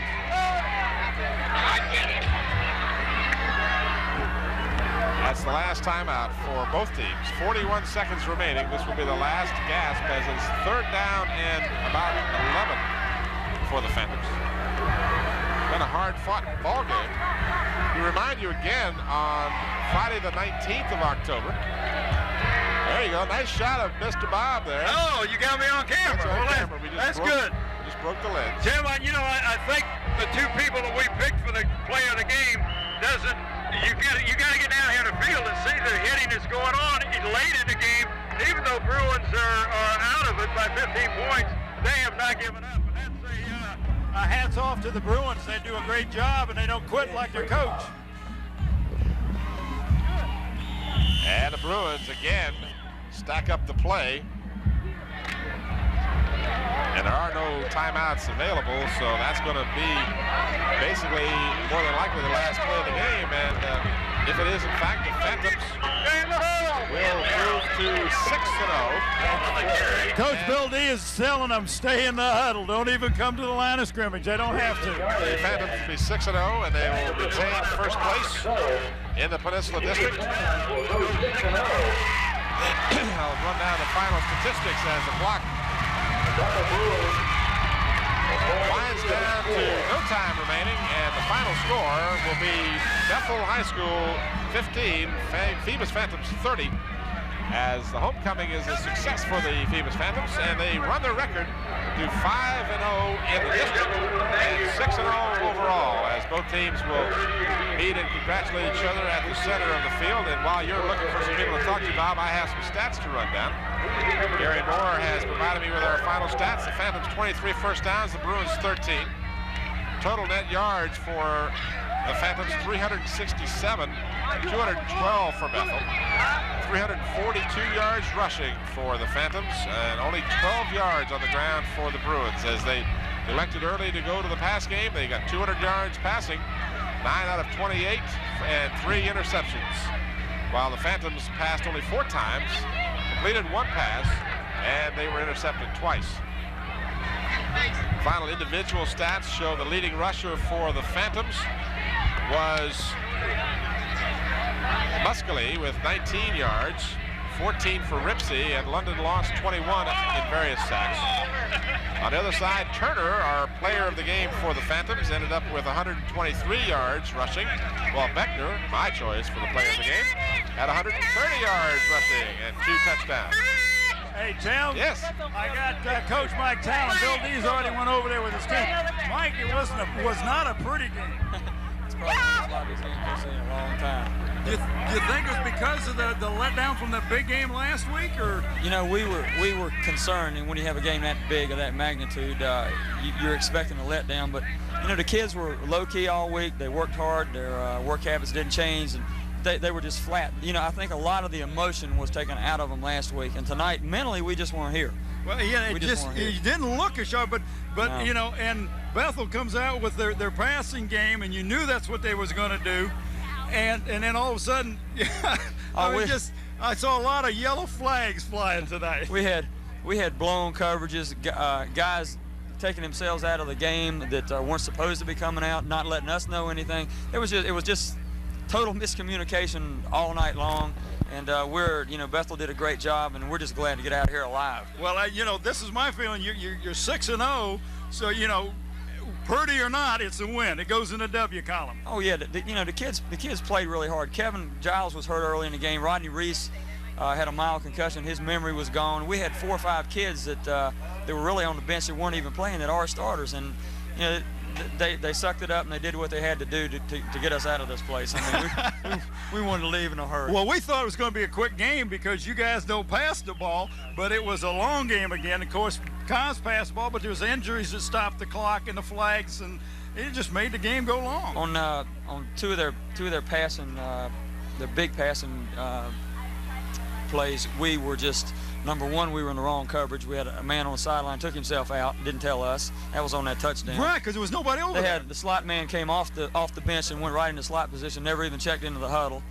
And that quarterback, London, was smart. He saw it, and he threw it right over there, and, nobody was near him. And then this long pass, another blown coverage. Yeah, there was only one defensive player. Things that we can't consistently have these mental breakdowns. And here again, this is personnel changes right. that kids aren't used to playing in certain situations. And but still, you know, when we got our backs up against the wall, we still did what we were supposed to do. Yeah. So that's the mark of a pretty decent team. That's true. Well, congratulations, Thank you, and looking forward to seeing y'all next week. I hope it's a little better next week too. Okay, Tim, let's go back up to the booth. All right, Bob, and I haven't handed an update here. I think this is a conspiracy. I had mentioned that Beckner had more yards than Turner. Now all of a sudden Turner has more yards than Beckner. Is Gary Moore on the payroll here? No, listen, we were right. Either one of the players, in fact, any one of several players could have been chosen for the Phantoms, and certainly a fine effort in spite of the, quote, not a pretty game from the aspect of a lot of penalties and a lot of mental lapses, as Mike Talon alluded to. And, of course, if this team is going to progress to higher rewards, such as the ultimate possibility of the state championship, they're going to have to eliminate some of those type of things. Well, you know, the last week, Tim, they did not make any mistakes. They did what they had to do. They didn't turn the ball over. They didn't make any silly mistakes, getting penalties. Tonight, it's a letdown after that big game at Hampton last week. All right, the team has broken away. If you want to try and catch up with Bill D for a word, or perhaps our player of the game, Maurice Turner, I'll run down some of his final stats real quickly, Bob. And we'll get out of here as quickly as we can. But just to remind you that the Phantoms ended up with, as I said, 340 yards rushing, and 143 of those was Maurice Turner's. Kevin Beckner with 130 yards. Moore had 39 on 12 carries. Giles 29 on 4. Tim, I'm going to turn it back up to you. I don't mean to interrupt you, but I see Maurice Turner's already off the field. Okay, very good. All right, so the score and the statistics bear it out that the Phantoms have recorded their 6th consecutive victory this season. They improved their record to 6-0, 5-0 in the district, and Bethel falls to 2-4 overall, and they are 2-3 in the Peninsula District. A reminder again, our next game here on Channel 5 will be the game coming up on the 19th of October. That game will have the same Phoebus Phantoms tangling with the Kecoughtan Warriors, and that should be a real fine ball game. Kecoughtan coming into this weekend only 1 loss, while the Phantoms are undefeated. It should be a real good one. Hope you'll come out here to the stadium next Friday night, 7:30 game time between the Phoebus Phantoms and the Kecoughtan Warriors, and we'll have it for you here on Channel 5. All right, it's going to finally do it for us. The final score again, the Phoebus Phantoms 30, the Bethel Bruins 15. For Bob Hintz, this is Tim Cole. Thanks for watching. Good night, everybody. Yes, and Phoebus High School. Together, we're a winning team.